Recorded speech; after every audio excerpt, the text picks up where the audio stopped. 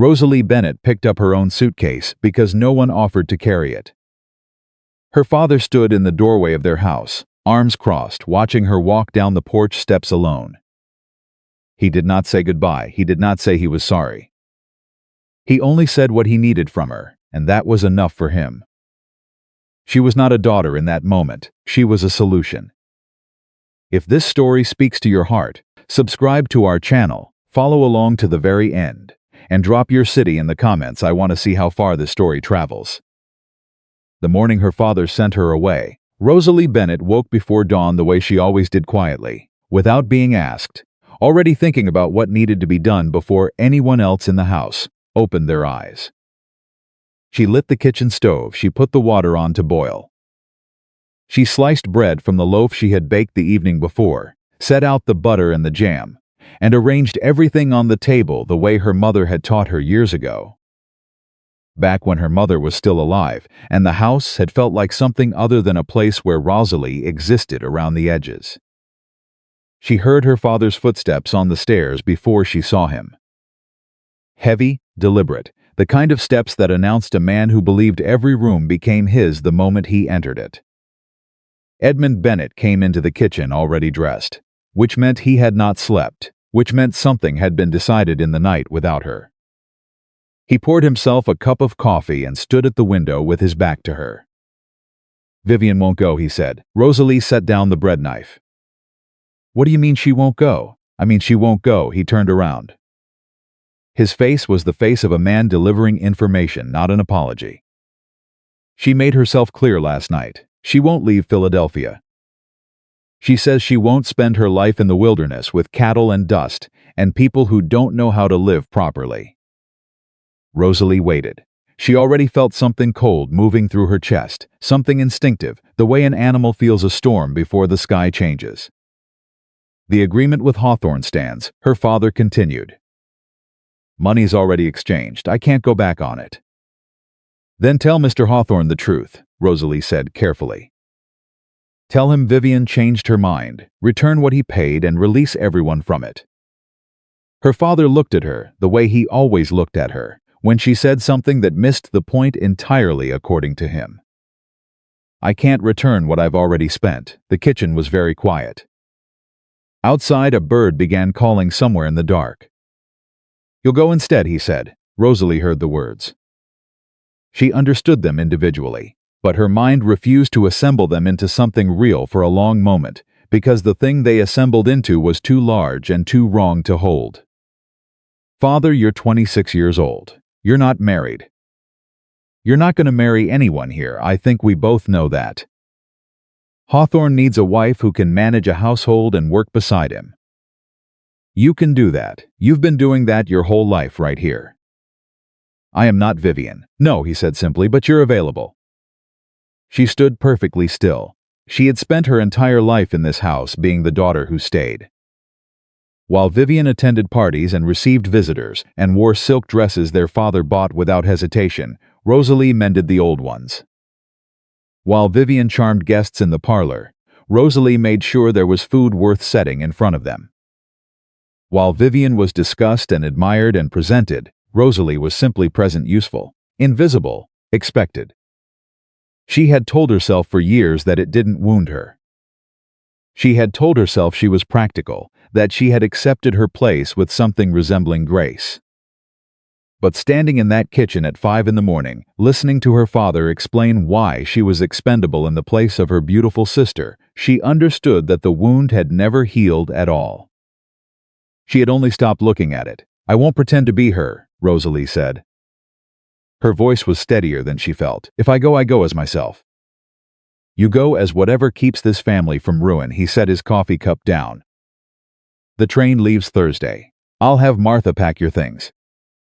He walked out of the kitchen. He did not look back. Rosalie stood at the stove for a long time. The water came to a boil and she did not move to take it off. It boiled and steamed, and eventually she reached over and moved the pot without thinking about it, because that was what she did. She saw what needed to be done. She did it, and nobody thanked her for it, and she kept doing it anyway, and somewhere along the years that habit had become the whole of her existence. On Thursday morning, she carried her own suitcase to the front door. Vivian watched from the top of the stairs, wrapped in a pink silk robe, her dark hair loose around her shoulders. She was 22 years old and knew precisely how beautiful she was. She had always known, and she had always used the knowledge the way some people used money, spending it freely, expecting it to last forever. "I'm sorry it worked out this way," Vivian said. She did not sound sorry. She sounded relieved, and underneath the relief, something almost like satisfaction.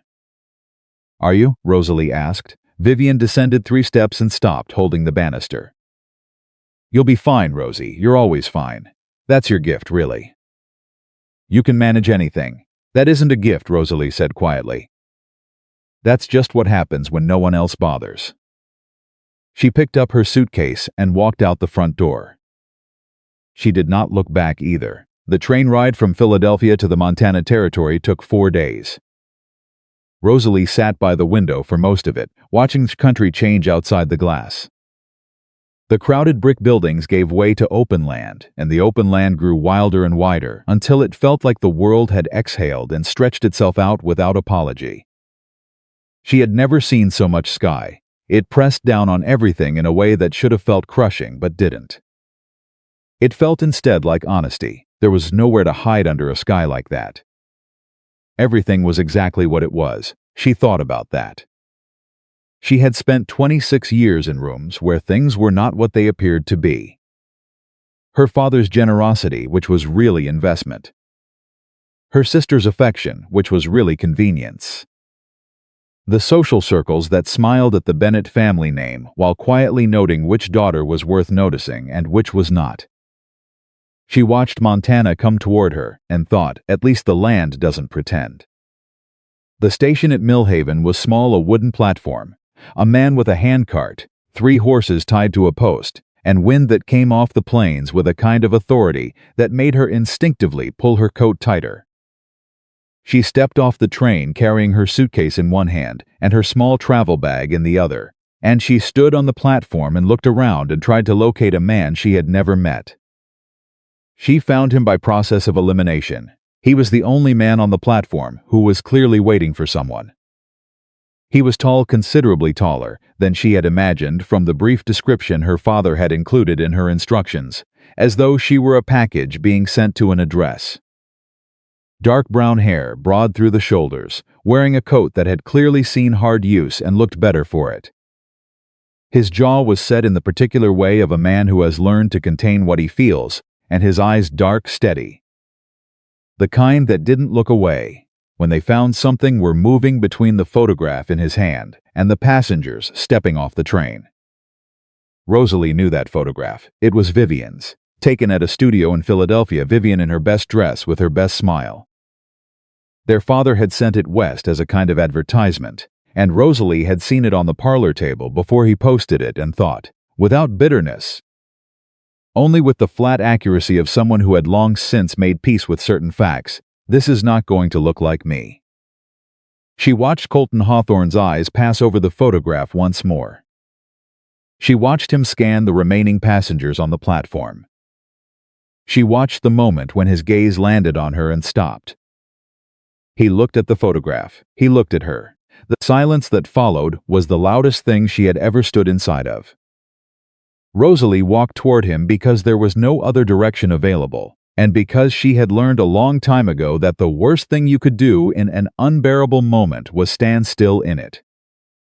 You walked through, you kept your chin up, you let your face say nothing that would give anyone the satisfaction of seeing your pain. She stopped 3 feet from him. "Mr. Hawthorne," she said. His voice when it came was low and even and gave nothing away. "You are not Vivian." "No, sir." She met his eyes directly. "I am not. Who are you?" "My name is Rosalie Bennett." "Vivian is my younger sister." She held herself very still. "My father sent me in her place. Vivian chose not to come." A muscle moved in his jaw. His eyes dropped once to the photograph and then came back to her face. Not in the way that men's eyes sometimes moved over her, assessing, dismissing, moving on. He looked at her face, at her eyes, as though he was trying to understand something the photograph had never been designed to show. "Your father," he said, "sent you." without asking you?" She considered the question with more honesty than she'd intended to give a stranger. He asked. "Asking and offering a choice aren't the same thing." Something shifted in his expression. Not softness, this was not a soft man, but something more careful. A recalibration. He looked across the platform, his jaw tightened. He looked back at her. "Get in the wagon," he said. No welcome, no apology on the world's behalf, no assurance that things would be all right. Just those 4 words, flat and unadorned, and then he turned and walked toward the wagon, without looking to see if she followed. She followed, because she had nowhere else to go. The ride to Hawthorne Ranch took the better part of 2 hours.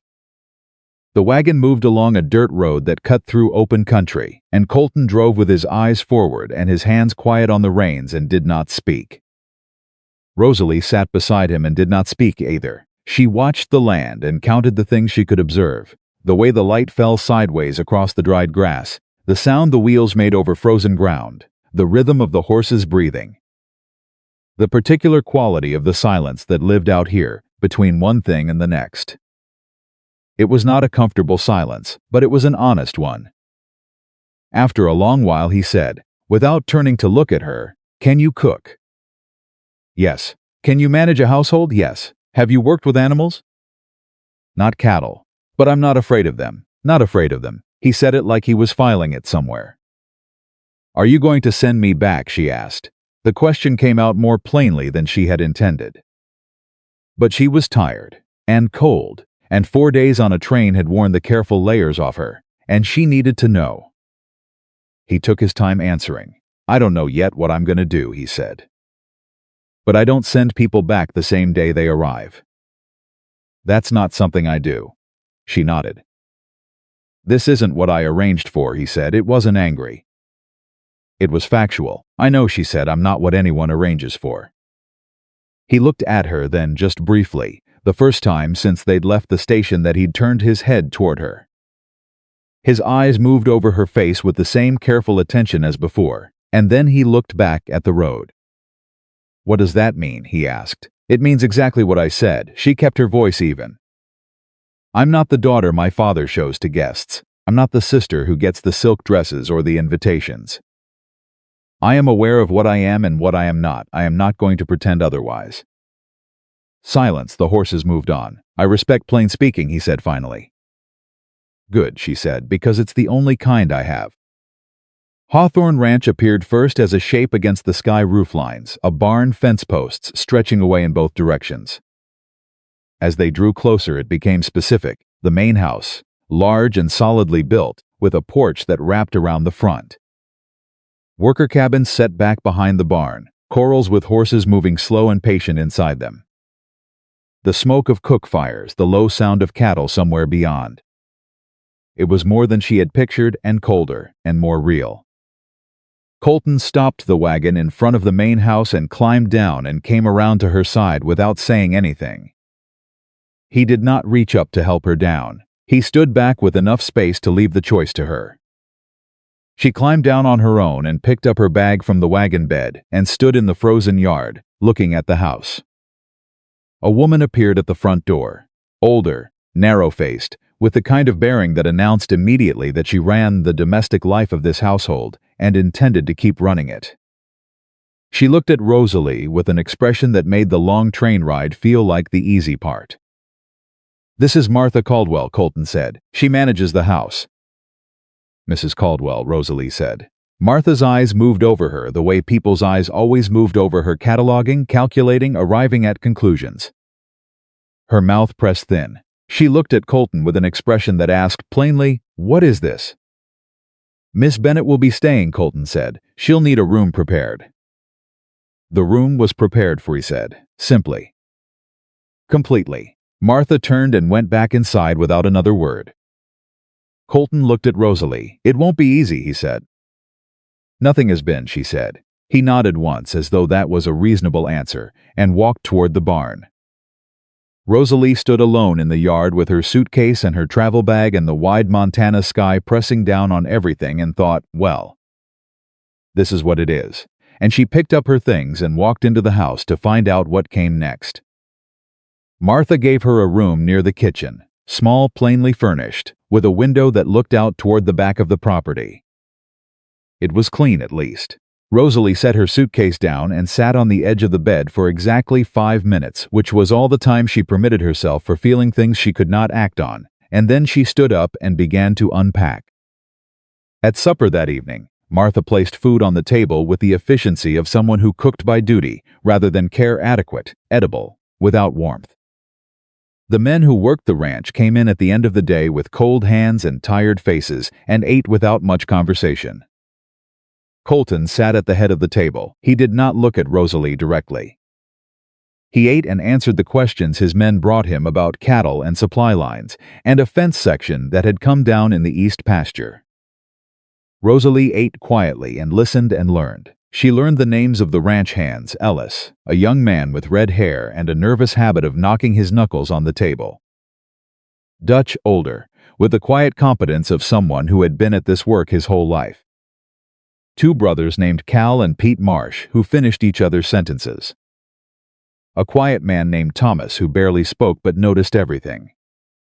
She learned that the ranch ran on predictable rhythms that Colton had established over years, and that he was respected, genuinely respected, not feared by the men who worked for him. She learned that Martha resented her presence with a thoroughness that was almost impressive. After supper, when the men had gone and Colton had returned to what she assumed was his office, Rosalie stayed in the kitchen and began washing the dishes. Martha came in, saw her, and stopped. "I do the dishes," Martha said. "You cook the meal," Rosalie said. "I can wash up." "It's not your place." "Then tell me what my place is," Rosalie said, not unkindly, not backing down, because I'd rather know plainly than guess. Martha's eyes narrowed. "Your place is unclear, because your being here is unclear." "That's fair," Rosalie said, "but I'm here regardless. And I don't sit idle, so tell me what's useful and I'll do what's useful. Tell me to stay out of your way, and I'll stay out of your way. But I am going to wash these dishes tonight because they need washing, and I am standing right here." A beat of silence. "Dry them when you're done," Martha said, and set a clean cloth on the counter and left. Rosalie washed the dishes. She dried them. She hung the cloth neatly and turned down the lamp and went to her room. She sat again on the edge of the bed in the dark and listened to the wind come off the plains and press against the walls of the house. She had not cried once today. She had been prepared for many things, but she was surprised to find she did not feel entirely crushed. She felt strange, uprooted, uncertain, standing in unfamiliar country in every sense. But not crushed. There was something different about this place. Something that had not yet told her who she was supposed to be. It only presented itself, flat and wide and honest, and waited. In the morning she rose before anyone else. She lit the kitchen stove. She put the water on to boil, and she began. The first week passed in a kind of trial that nobody announced but everyone participated in. Martha tested her by leaving the hardest tasks undirected to see if she could find them. The ranch hands tested her by asking questions with skepticism underneath, waiting to see if she'd fold or bluff. Colton did not test her exactly, he simply watched, with the patient attention of a man who had learned that people showed you who they were if you gave them enough time and space and didn't rush them toward a performance. Rosalie did not perform. She worked, she found what needed doing, and she did it. The kitchen first, she reorganized the supplies, because they were arranged without logic, a thing that had clearly been driving the efficiency of the meals down for some time, without anyone identifying the source. Martha watched her rearrange the shelves and said nothing, but 2 days later Rosalie noticed the meals came together faster. She moved to the linens, mended 3 shirts belonging to ranch hands who had been wearing them damaged because they had nobody to ask. She did it quietly and left the shirts folded outside their doors and said nothing about it. Dutch found his shirt, picked it up, turned it over in his big weathered hands, and looked at her across the yard with an expression that was not quite gratitude but was close to it. "You didn't have to do that, miss," he said. "I know," she said. The needle and thread were right there. She heard him mention it to Ellis that evening and didn't let on that she'd heard. She began walking the ranch property in the early mornings, when the light was thin and the air had not yet been broken by the noise of the workday. She did this partly because she needed to understand the place she was living, and partly because the open space agreed with something in her that had been cramped and close for too long. The land here made no judgments. The land simply was what it was and invited you to be what you were inside of it. She found the abandoned garden on the south side of the house on her fourth morning. It had been an attempt at something. The beds were still visible, framed in weathered wood, but they were choked with dead growth and the soil had gone hard and untended. She stood in it for a while just looking. "Nobody's bothered with it for 3 years," said a voice behind her. She turned. Thomas stood a short distance away, his hat in his hands, the quiet man who noticed everything. "What happened 3 years ago?" she asked. "Colton's mother left." She kept it going. After she was gone, nobody took it on. "Does the soil still work?" Thomas considered. "Probably." "Rocky, needs turning. Do you think anyone would object if I tried?" He looked at her with a steadiness that was, she realized, his version of warmth. "This is Hawthorne land," he said. "Hawthorne decides." "But I don't think you'll find objection." She found a spade in the barn and began turning the soil that afternoon. Colton came around the side of the house in the early evening and stopped when he found her there, still working, her coat off despite the cold, dirt on her hands and her dress, her breath coming in white clouds in the cooling air. He stood watching for a moment. "What are you doing?" he asked. "The soil is workable," she said, without stepping. "It'll take a few weeks to prepare properly. But come spring, this could produce enough to make a real difference to the kitchen." "The kitchen has enough. The kitchen has adequate," she said. "That's not the same thing." She drove the spade in and turned another clod of earth. "If we can grow vegetables here, real fresh vegetables through the growing season, the men eat better, they stay healthier, and you spend less on supplies from town." She looked up at him. "I'm not doing this to make a garden. I'm doing this because it's practical." He was quiet for a long moment. "You've been looking at the supply records?" he asked. "Martha left them on the kitchen table. I read them." "She didn't tell you to read them." "No, but I read them." She held his gaze. "I can see what you're spending and where it's going. If you'd rather I didn't look, I won't look. But I did look, and I have some thoughts, and I believe they'd be useful to you." Another long silence. The wind moved through and she felt it on her face, cold and honest. "Come to the office after supper," he said. "All right." He looked at the turned earth for a moment. "My mother kept this garden," he said. There was no particular emotion in his voice, just the fact. "I know," she said gently. He nodded once. He turned and walked back toward the house. Rosalie drove the spade in again and kept working. That evening, sitting across the desk from him in the office, while he spread the supply records between them, Rosalie felt for the first time since Philadelphia something she had not expected to feel in this place. She felt useful, not in the invisible way, not in the way of being useful because no one else would bother, but in the specific acknowledged way of sitting across from a serious man who was listening to her with his full attention, who set down his pen when she spoke and looked at her and waited for what came next. She showed him 3 areas where the supply costs could be reduced. She showed him an inconsistency in the feed orders she had noticed in the records. She showed him where the kitchen surplus was going to waste every month and suggested a way to manage it differently. He listened. He asked questions, real ones, not the kind designed to demonstrate skepticism, but the kind that wanted to understand. "You read figures easily," he said. "My mother taught me. She managed our household accounts before she died."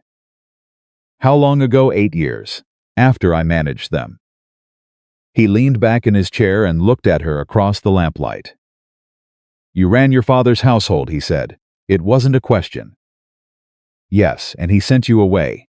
The words landed exactly as they were, without adornment, and they hurt exactly as they should have, and she let them. "Yes," she said. He was quiet for a long moment. "That tells me something about your father," he said, "that I suspected when he sent a different woman than the one we agreed on without warning or explanation."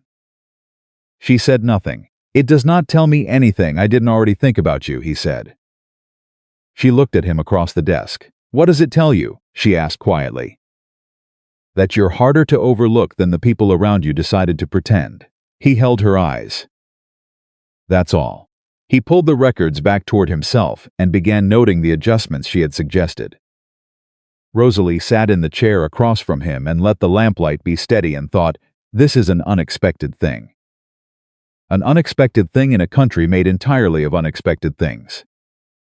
And she was still here, she was still working, she was still standing. And for the first time in longer than she could clearly remember, that felt like something. The adjustments Rosalie suggested took hold faster than anyone expected, and that bothered Martha more than she was willing to say out loud.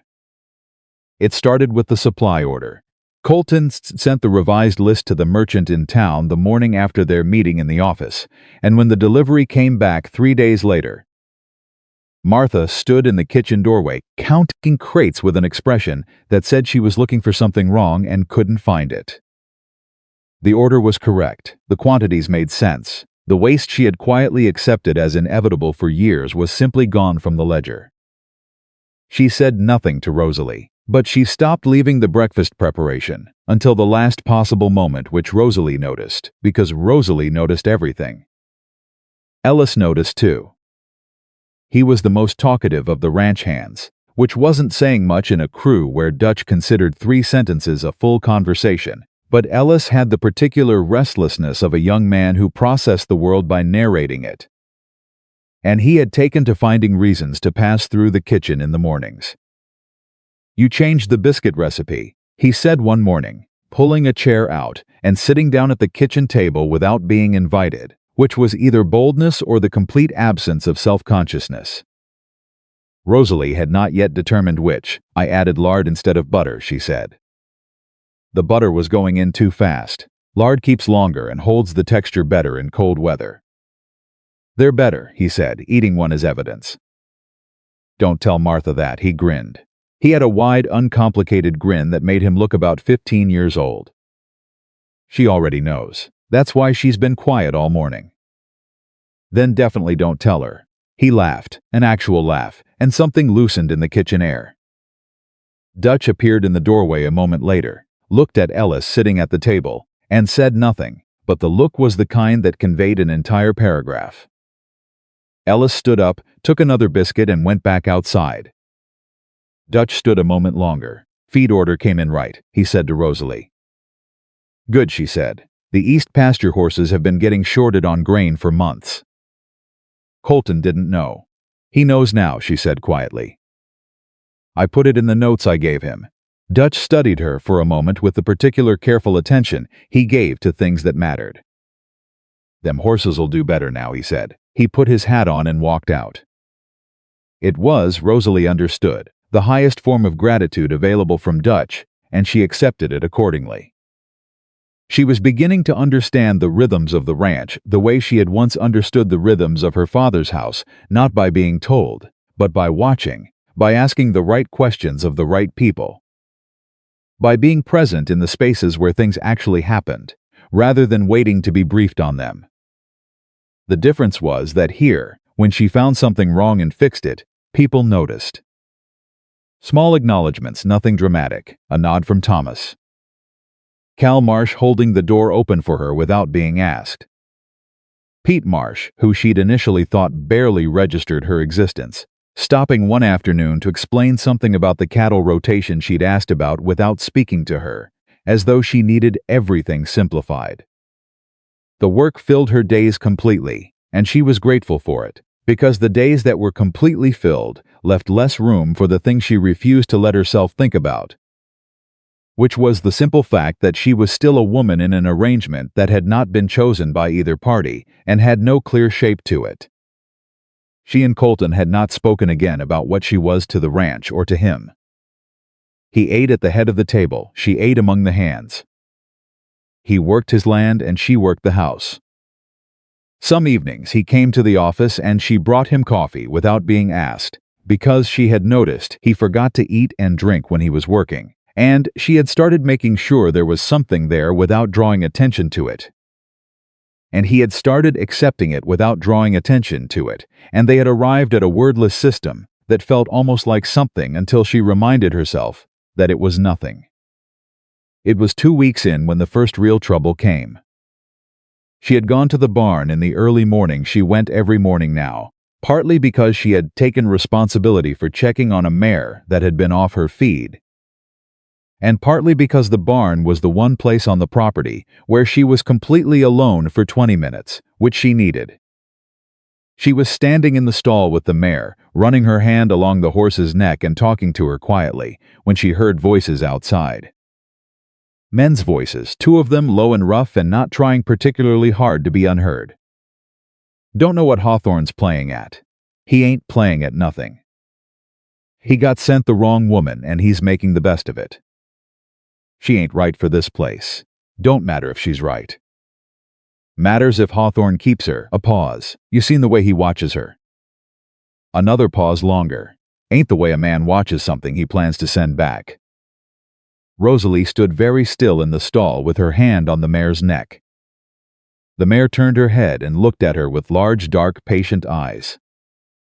She waited until the voices moved away. Then she stood there another minute, breathing slowly, and said to the horse, "That's enough of that." And it was. She made herself believe it was enough, and she went back to work. She did not tell Colton what she'd heard. She filed it away in the place where she kept things that were true but unactionable, which was a crowded place, and she kept moving. The garden was her anchor through those weeks. Whatever else was uncertain about her position at Hawthorne Ranch, the garden was unambiguous. It needed work. She was doing the work, and the soil was responding. She turned it in sections, working methodically from the north bed southward, breaking up the hard clods, removing rocks, working in composted material she had asked Thomas to help her source. He had, without comment, shown up one morning with a wheelbarrow full of aged manure from the horse stalls and parked it beside the garden and left.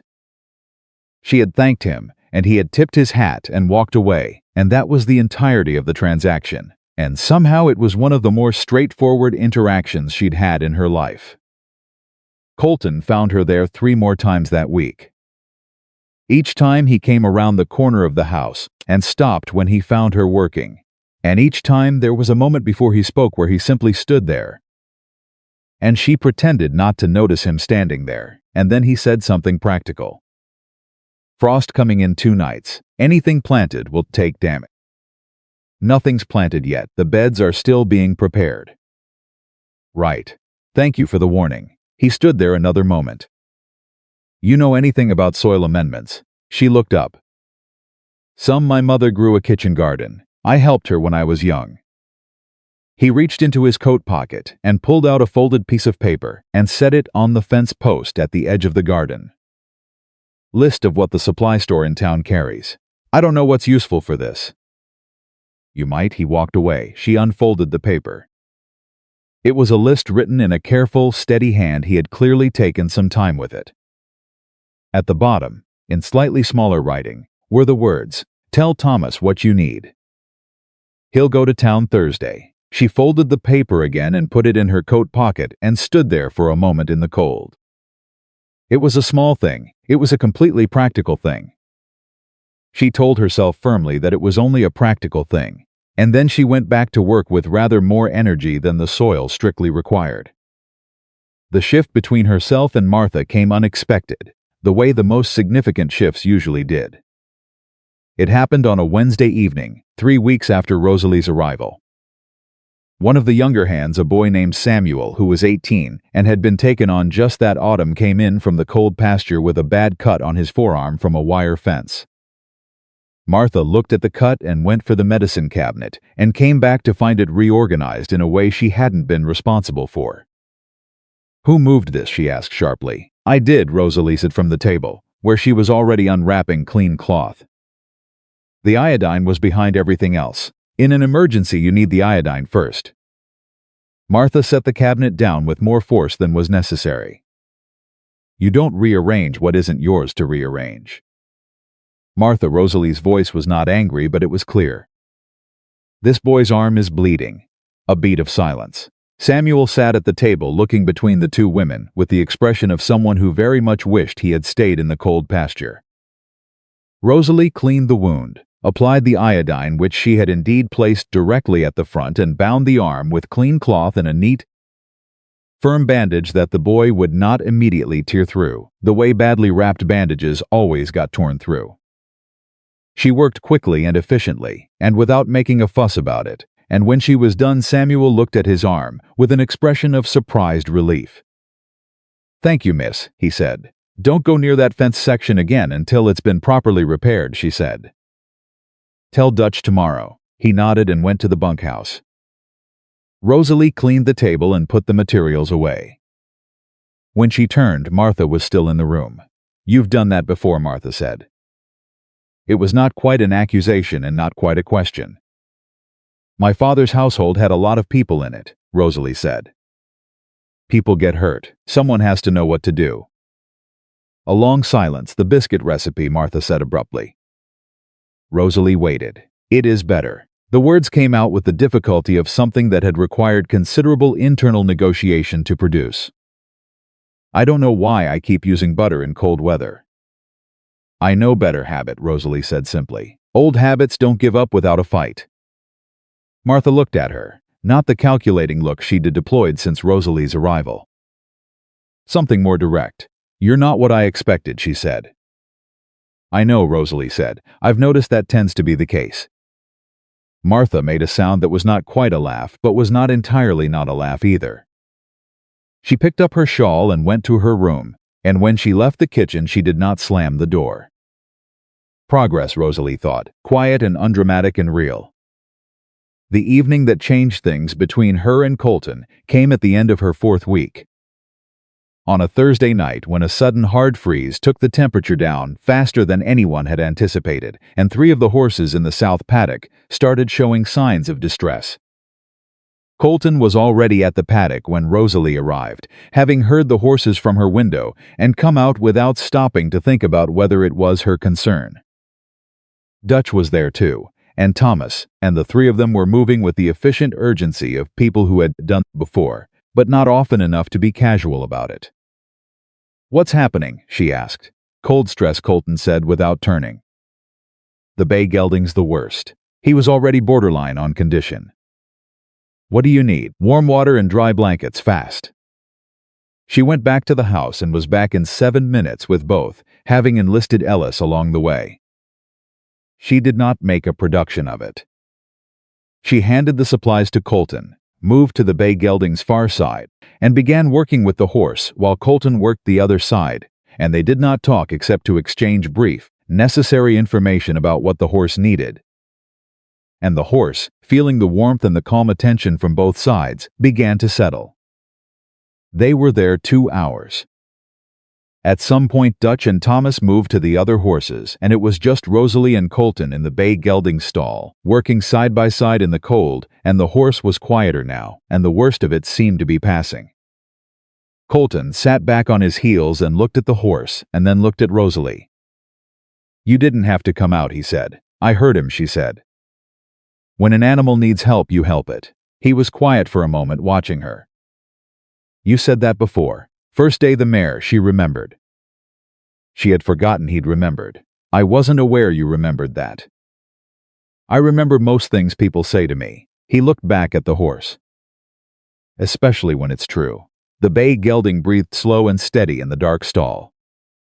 Outside, the wind pushed hard against everything. "My father bred horses," Colton said. Not like he was offering information, more like something had worked its way loose and come out of him. "Died when I was 22, left me the land and the debt both." "That must have been hard," she said, carefully, because she could hear something underneath the plain fact of the statement. "It was," he said. "Ranch hands left when the money got short. Couldn't blame them. I spent 3 years alone out here, keeping this place alive. Didn't have much time to think about hard. But you did think about it." He glanced at her. Eventually, he said. She waited because she could tell there was more, and she had learned not to fill silences that were working. "My mother wanted me to find someone to share this with," he said. "Said a ranch without family was just land and labor. Said I worked too hard at the one thing and ignored the other. He paused. She left when she got sick, went to her sister in Portland. Didn't want to be a burden here. She sounds like someone I might have understood, Rosalie said quietly. He looked at her again. She'd have liked you, he said. The words came out with the particular quality of something said without the full intention of being said, something true that got out before the filter caught it. The silence that followed was different from the silences before it. It had a texture. Rosalie looked at the horse. Her heart was doing something she did not entirely approve of. She addressed it silently and firmly and turned her attention back to what was in front of her. He's stable, she said. We should check him again in 2 hours, but I think the worst is past. Colton nodded. He stood up. She stood up beside him. They were close in the narrow stall, close enough that she was acutely conscious of the space between them, which was not very much space. He looked at her in the dark. Rosalie, he said. Just her name. No sentence attached to it. Yes, she said. He seemed to decide something. Thank you, he said, for tonight. He stopped. Started again, for the things you've done since you arrived. The records, the garden, the hands. He paused. Martha. Martha came to her own conclusions, Rosalie said. Martha hasn't warmed up to anyone since 1871, he said.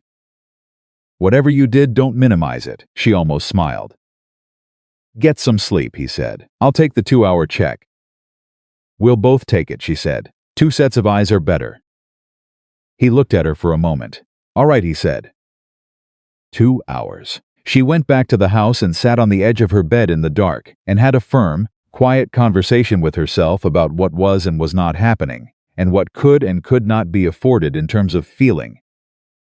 And by the time 2 hours had passed and she went back out to the paddock, she had herself thoroughly organized again. Or she believed she did. Colton was already at the stall when she arrived. He looked up when she came in, and in the light of the lantern he was holding, she saw something in his face that her thorough organization was not entirely equipped to handle.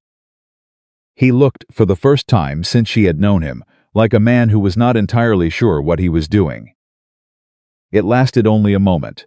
Then he handed her the lantern and turned to the horse and said, He's doing well. Temperature's up, and they were back to the practical, and she was grateful, and she was also something else entirely. And she let both things exist, because she was a practical woman who had been lied to too many times by things that felt true to be careless with herself. But she carried the moment home with her, like something she hadn't meant to pick up, and didn't know how to put down. In the morning the freeze had broken, and the sky was clear and cold and bright. Rosalie went to the garden early and stood looking at the turned beds, and thought about spring, about what would grow here, and in what order, about the particular hope that was embedded in planting things and waiting. Thomas appeared at his usual distance. Horse is fine, he said. Colton's had Ellis checking him every hour since 5. Good, she said. A pause. Colton doesn't check horses every hour, Thomas said. Not unless something matters to him a good deal. She looked at him. Thomas looked steadily back at her, then put his hat on. Ground's still frozen, he said. Won't be able to work the beds today. I know, she said. I'll work on the seed inventory instead. He nodded and walked away. Rosalie stood in the cold and the clear morning and allowed herself exactly one moment, one brief, careful moment of something that might have been hope. Then she went inside and got to work, because that was who she was, and because the work was real when other things were not yet certain, and because she had learned a long time ago that the only way to build a life was one day at a time. With your hands, with your presence, with the particular stubborn refusal to be less than you were, no matter how many people had made it their business to tell you that you were less. The letter arrived on a Friday. She did not know it had arrived until she saw Colton's face at supper. That evening something closed down in it. Something that had been opening carefully over the past weeks, pulled back like a shutter in a storm. He ate without speaking. He thanked Martha for the meal. He looked at Rosalie once briefly, with an expression she could not read, and then excused himself and went to his office and did not come out. She lay awake that night wondering. In the morning she learned what had arrived. Ellis, constitutionally incapable of withholding information, told her while she was working in the kitchen. He appeared in the doorway with his hat in his hands, and an expression of someone delivering news he knew was going to land badly. "Letter came yesterday from Philadelphia," he said. "From a woman named Vivian." Rosalie set down what she was holding. "She's coming west," Ellis said. "Says she made a mistake. Says the arrangement was supposed to be with her, and she wants to honor it." He paused. Colton got real quiet after he read it, real quiet. Rosalie said nothing. "Miss Bennett," Ellis said carefully, "you've done more for this place in 4 weeks than most people do in a year. The whole crew knows it. Dutch knows it, and Dutch don't know anything he doesn't respect." "Ellis," she said quietly. "Yes, miss, thank you for telling me." He stood there a moment like he wanted to say more. Then he put his hat back on and went outside. Rosalie stood in the kitchen alone. She knew this feeling. She had lived inside this feeling her entire life, the specific, familiar weight of being the one who fills the space until the right person arrives. The placeholder, the adequate solution, the one who manages until someone better becomes available. She had told herself she was done with that. She told herself Montana would be different.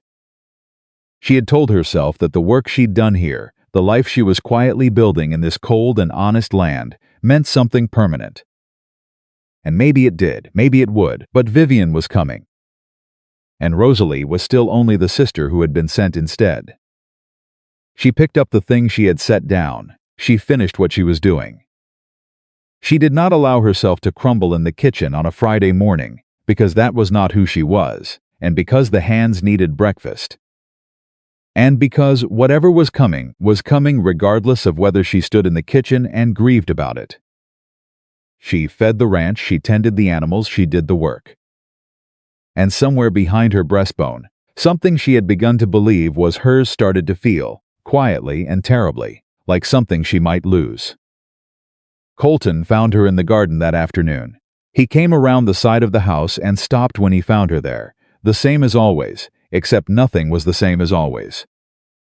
"You heard?" he said. "Yes." He was quiet, Rosalie. His voice was different. She didn't look at him. She kept her hands in the soil because the soil was honest and her face right now was not. "You don't need to explain anything," she said. "The agreement was with Vivian. If she's changed her mind, then the original arrangement stands." "I understand that. That's not, I can return to Philadelphia," she continued very steadily. "I'll need a few days to arrange the journey, but I can." Stop, she stopped. Not because he said it sharply, he hadn't. Because his voice had something in it she hadn't heard before, something rough and real and urgent. She finally looked at him. He was looking at her with the expression she had seen once before, in the stall with the lantern, the expression of a man who had lost his footing on ground he thought he knew. "I haven't answered her letter," he said. She waited. "I don't know what to say in it," he said, "because I don't know what's right and I don't know what I'm allowed to want and I have never—" He stopped. Started again. "I had a plan. The plan was straightforward. A wife who could manage the house and the land, an arrangement built on practical necessity and mutual respect. That was the plan. That's a reasonable plan," she said carefully. "It was," he said. "And then your father put you on a train instead of your sister, and you climbed into my wagon and you told me the only plain truth anybody had offered me in years. And you came to this ranch and you worked without complaint, and you fixed things I didn't know were broken, and you sat in a freezing stall for 2 hours with your hand on a horse's neck because an animal needed someone." He stopped. The wind moved between them. "What are you saying?" she asked. Her voice was very quiet. "I'm saying," he said slowly, "that the plan changed. And I don't know what to do about that." She looked at him across the cold air and the turned earth of what had been his mother's garden, and thought about all the things she could say and all the reasons not to say them. "Colton," she said, "yes, don't answer the letter yet." A long moment. "All right," he said. She looked down at the soil in her hands. "Give it time," she said. "Give us time to know what's real." He stood there a moment longer. "I can do that," he said. He walked back toward the barn. Rosalie stayed in the garden with the cold in her hands and the hard Montana sky pressing down honest and wide and unforgiving on everything below it, and she thought, Vivian is coming. And whatever was building here in this cold country, between two people who had found each other by accident, was going to be tested in the most direct possible way. And she thought, I have spent my whole life being the one who fades. She drove the spade into the earth, not this time. Vivian Bennett arrived on a Tuesday. Rosalie knew she was coming before the carriage reached the yard. She heard it, the particular sound of wheels moving faster than ranch wagons moved, the kind of speed that announced someone who expected to be received rather than simply arriving. She was in the kitchen with Martha when the sound came, and Martha looked up from the pot she was stirring, and the two women looked at each other across the kitchen for one brief, unguarded moment. Then Rosalie dried her hands on her apron and walked to the door. She made herself open it. She made herself stand on the porch and watch the carriage come to a stop in the yard, because the alternative was to hide in the kitchen, and she had promised herself weeks ago, standing in the garden with cold soil on her hands, that she was done being the woman who faded when someone brighter walked in. Vivian stepped out of the carriage, and the first thing Rosalie felt was the thing she always felt when she saw her sister, the involuntary, exhausting awareness of contrast. Vivian was wearing a deep green traveling coat that had clearly been made for her specifically. Her dark hair was pinned with the practiced elegance of someone who had spent 22 years being looked at and had never once found the experience unpleasant. She was slim and graceful, and she moved across the yard with the confidence of someone who had never stood in a room and felt invisible. She saw Rosalie on the porch and stopped. For 1/2 second, something crossed her face that might have been guilt. Then she smiled. Rosie, she said, warm, easy, the voice of someone who had practiced warmth until it was indistinguishable from the real thing. You look well, Vivian, Rosalie said. The journey was exhausting. 4 days on that dreadful train. She came up the porch steps and kissed Rosalie's cheek, and then looked past her into the house, cataloging it with the quick eyes of someone already taking inventory. This is quite a property. I didn't imagine it would be this size. What did you imagine? Rosalie asked. Vivian turned back to her with a smile that answered nothing. Is Mr. Hawthorne available? I'd like to be introduced properly. He's working, Rosalie said. He'll come in at midday. Of course. Vivian's eyes moved over Rosalie's face with the same inventory look she'd given the house, and whatever she was calculating, she kept it behind the smile. We have time to talk then, just us. Rosalie stepped back and led her inside, because there was no version of this where she could reasonably keep her sister standing on the porch, and because she needed to know what Vivian wanted badly enough to come all this way. And the only way to know that was to let her talk. Martha appeared in the kitchen doorway, took one look at Vivian, and her expression arranged itself into the careful blankness of someone withholding a strong opinion. Martha, Rosalie said, this is my sister, Miss Vivian Bennett. She'll need a room prepared where? Martha asked. The question was pointed. The guest room on the east side, Rosalie said steadily. Martha looked at Vivian for a moment, then went back to her kitchen. Vivian watched her go. Friendly woman, she said. She's direct, Rosalie said. You get used to it. She brought Vivian to the sitting room. They sat across from each other in the 2 chairs by the window, and the morning light came in between them, and Rosalie waited. Vivian took her time. She removed her gloves, finger by finger. She set them on the arm of the chair. She looked around the room with the same assessing eye.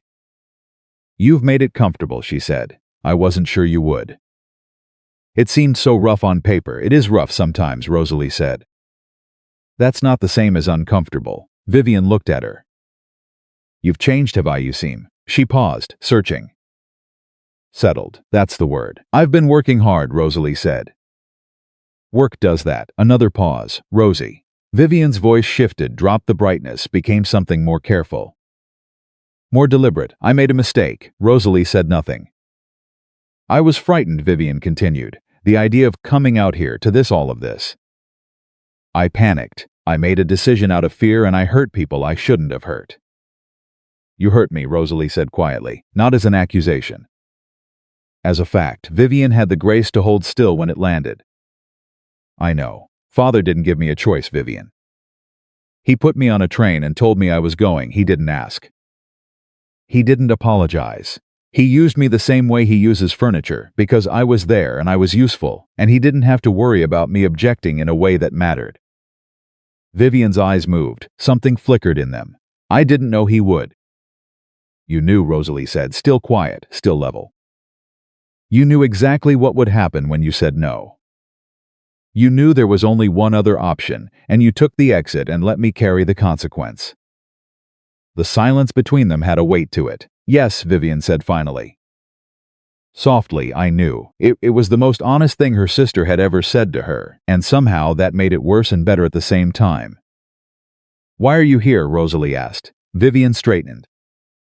The vulnerability folded back. Something more composed came forward, and this, Rosalie knew from a lifetime of watching her, was the Vivian who wanted something. Because the arrangement was made with me. Because the agreement your father signed. Father's agreement is between father and Colton Hawthorne, Rosalie said. Not between you and Mr. Hawthorne, and I have been here 6 weeks, and you have been in Philadelphia. The original arrangement is not something I'm willing to discuss on your behalf. Rosalie stood. If you have something to say to Mr. Hawthorne, you'll have the chance to say it at midday. But I will not be the person who helps you present your case. Vivian looked up at her from the chair. You've fallen in love with him, she said. It hit squarely the way things Vivian said always hit, aimed with precision, delivered with a smile that wasn't quite a smile. Rosalie kept her face even. I'll have Martha bring you some tea, she said, and walked out.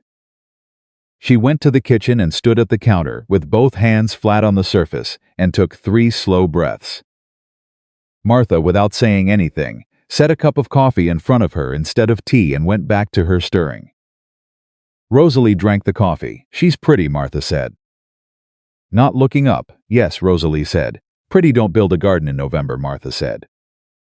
Pretty don't sit up all night with a sick horse. Pretty don't reorganize a medicine cabinet so the iodine's in front. Rosalie looked at the back of Martha's head. Martha, she said. I'm just making an observation, Martha said. Drink your coffee. Rosalie drank her coffee. Colton came in at midday and found Vivian in the sitting room. Rosalie was not in the room when they met. She was in the kitchen helping Martha finish the meal, which she did efficiently, and with great deliberate attention to every task, because the alternative was standing in the hallway listening. And she was not going to be the woman who stood in hallways listening. She heard voices from the sitting room, Vivian's, carrying the musical quality she deployed when she wanted to charm, and Colton's, lower, less frequent. She could not make out words. She focused on the bread. Ellis came into the kitchen from outside, saw her face and very wisely said nothing and went back outside.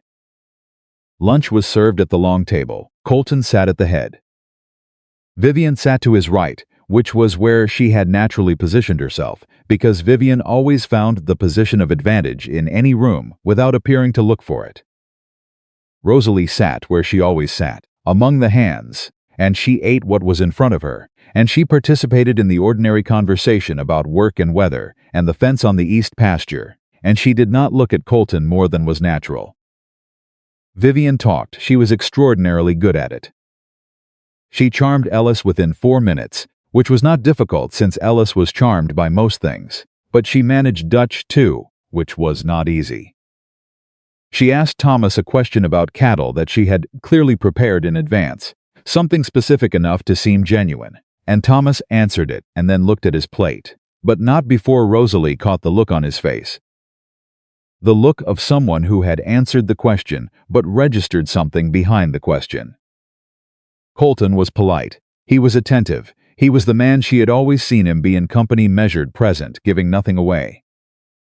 But twice during the meal, when Vivian was looking at someone else, his eyes moved to Rosalie, and she felt each instance the way you feel something warm in a cold room, suddenly and with your whole self. She looked at her plate. After lunch, the hands went back to work. Martha went to her kitchen. Vivian excused herself to rest from the journey. And Rosalie was washing up at the basin when Colton came into the kitchen. She heard him stop behind her. She wants to honor the original arrangement, he said. Rosalie kept washing. She says she made a mistake leaving. She says she's ready to be here now. His voice was completely flat, giving her nothing to read from the words alone. She says she's prepared to do what she should have done months ago. She's very persuasive, Rosalie said. Yes, he said. She is. She set a clean plate on the stack and reached for the next one. Rosalie, she stopped washing but didn't turn around. I need you to tell me something true, he said. She waited. When I came to you in the garden, and you told me not to answer the letter yet. Did you mean that because you believed something was between us, or because you were afraid of what would happen if you had to go back? The question was brutal in its directness, and she respected him too much to be anything other than equally direct back. She turned around. She looked at him straight on, with the full weight of what she was about to say sitting across her shoulders. Both, she said, if I'm honest. Both things were true at the same time. I was afraid, and I also believed something was happening. She held his eyes. I still believe it. He looked at her for a long moment. So do I, he said. The words were quiet. They were plain. They landed with the particular force of things said simply by someone who does not say things simply, unless he means them completely. Rosalie breathed. She's your sister, he said. She is. That makes this complicated, Rosalie said. Yes. I know. He moved to the table and sat down, and she turned back to the basin because she needed somewhere to put her hands. She told me things, he said, about you, about growing up in that house. She went very still. She said you were always the one who stayed behind. That it was natural, that you were suited to domestic life in a way she never was. His voice was careful. She made it sound like a compliment. Rosalie said nothing. It wasn't a compliment, he said. She kept her hands in the water. No, she said, it wasn't. She was telling me you were built for a ranch house, and she was built for something better. His voice had a flat edge to it now. She thought she was being subtle. Rosalie made herself look at him. Colton, whatever you decide, I haven't decided anything, he said. I'm telling you what I saw because you deserve to know. She nodded. What I know, he said slowly, is that she came here after 6 weeks because she decided this property was more than she imagined, and the arrangement was worth honoring after all. He paused. That's not the same as wanting to be here, and I have spent enough time in this territory with people who stayed for reasons other than wanting to stay to know the difference. She looked at him. And you, he said, you didn't have a choice. You came because you were sent. He stopped, but you stayed like you chose it. The kitchen was very quiet. From outside came the ordinary sounds of the ranch horses, men calling to each other, the wind. I did choose it, she said, maybe not the first day. But I chose it. He looked at her for a long moment. Then Martha appeared in the doorway, took in the scene with one comprehensive glance, and said, the bread's going to burn if no one attends to it, and walked to the oven herself, and the moment broke open into the ordinary business of the kitchen. And Colton stood and went back to his work, and Rosalie finished the dishes. But the words were still in the room after he left. You stayed like you chose it. She held that carefully. Like something that mattered. The trouble started that afternoon. Rosalie was in the barn checking on the bay geldings, still recovering well, eating properly now. With the placid contentment of an animal that has been frightened, and then cared for, and knows the difference, when she heard Vivian's voice from the yard. Not directed at her, directed at Ellis, who had made the considerable mistake of being the first person Vivian encountered when she came back outside from her rest. My sister seems to have made herself quite indispensable, Vivian was saying. She had the light conversational tone of someone saying something that was not light at all. Yes, Miss, Ellis said carefully. She always does that. She finds the things nobody's managed and quietly takes them over until people can't imagine functioning without her. A pause. It's a gift, I suppose, though it does make it rather difficult for anyone to see past it to what's actually there. Rosalie stood very still in the stall. What do you mean? Ellis asked. He was not as guileless as he seemed, Ellis. He had heard the thing underneath the thing. Only that Rosalie is wonderfully capable, Vivian said pleasantly. but capable isn't the same as suited. Mr. Hawthorne arranged for a certain kind of partnership. A certain kind of life. Rosalie is wonderful at managing things, but she's never been a small pause, beautifully timed. She's never been the kind of woman men choose, Ellis. She's the kind of woman men rely on. Those are very different things. A silence. Then Ellis said, in a voice that had lost all its usual easy warmth, "I reckon men who know the difference are lucky, miss." He walked away. Rosalie stayed in the stall with her hand on the bay gelding's neck and breathed through the familiar hot pain of it. The specific pain of hearing out loud the thing that had been said to her in 100 different ways her entire life. The pain that should have dulled by now and hadn't. She's the kind of woman men rely on, not the kind they choose. The horse pressed his head against her shoulder. "I know," she said quietly. "I know." She stayed there until the pain had arranged itself into something she could carry, and then she picked up her bucket and walked out of the barn and back into the yard in the full light of the afternoon. And she walked past the spot where Vivian had been standing and went about her work, because that was what she did, and she was not going to stop doing it because her sister had decided to remind her of what she was. But something had shifted. Something had drawn tight in her chest and was not loosening. She found Thomas near the feed shed late that afternoon, doing the inventory she had started teaching him to cross-reference against the supply orders. He looked up when she approached. "She was talking to Ellis," Thomas said without preamble. "I heard," Rosalie said. Thomas looked at her steadily. Ellis told Dutch. And Dutch, Thomas allowed himself a very small, very deliberate expression. Dutch went and checked on the east pasture fence that don't need checking today. Rosalie understood. Dutch needed to be somewhere with his hands busy before he said something to Vivian that couldn't be taken back.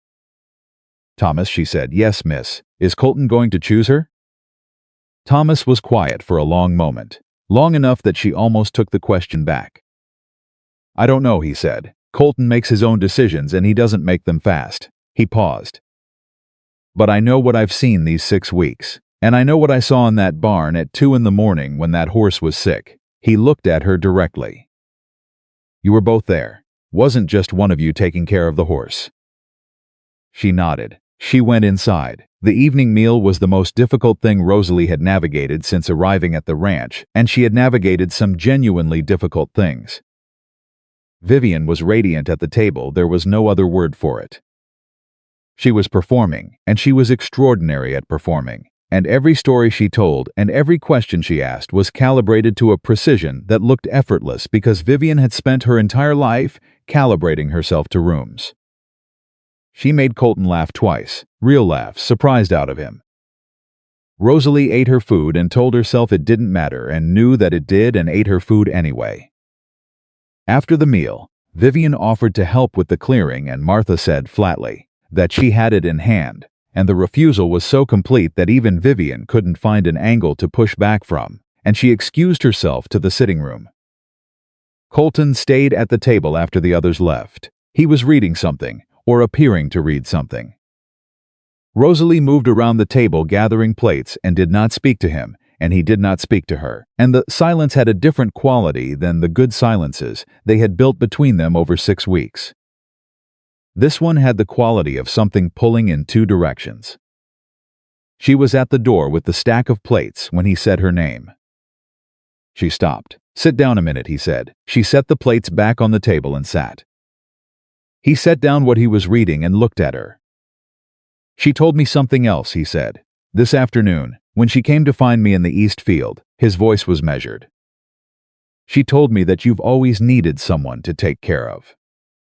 That what you've been doing here is what you do. That you'd do the same thing anywhere, that it isn't about this ranch or about me." His eyes were steady. "That I shouldn't confuse your nature with your intention." The precision of it was breathtaking. That was the thing about Vivian. She never lied outright. She selected truths and arranged them into shapes that looked like the whole picture. "Is any of that false?" Rosalie asked carefully. "Some of it is incomplete," he said. "Which I think she knows." She said nothing. "Here's what I want to know," he said. "Not what I've observed. Not what Martha thinks or what the hands think or what makes practical sense. He leaned forward slightly. If you had been given the choice at the beginning, if your father had come to you and said you didn't have to go, that Vivian would handle it, that you could stay. He stopped. Would you have come anyway? She thought about that. Honestly, with the full weight of it. No, she said. I wouldn't have known to choose this. I didn't know this existed. And now? She looked at him across the table in the lamplight. Now I would walk here, she said. If someone took the wagon, I would walk. The words sat between them. Rosalie, he said. Something in his voice broke open slightly at the edges, just slightly, just enough to hear. Then Vivian appeared in the doorway. She had the gift of timing, Vivian. She always had. She appeared in doorways at exactly the right moment to reframe whatever was happening inside the room.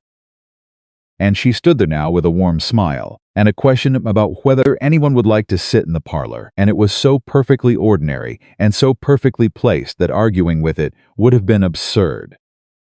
Colton looked at Rosalie. Rosalie stood and picked up the plates. I'll finish in the kitchen, she said evenly. She went to the kitchen and she washed every dish in that kitchen to a shine that was not strictly necessary. And she dried them all and put them all away. And when she was done, she stood at the window and looked out at the dark country and breathed. Martha came in from her room, looked at the immaculate kitchen, and looked at Rosalie. She's in the parlor making him laugh again, Martha said. I know, Rosalie said. She's not going to stop. I know that too. Martha sat down at the kitchen table heavily.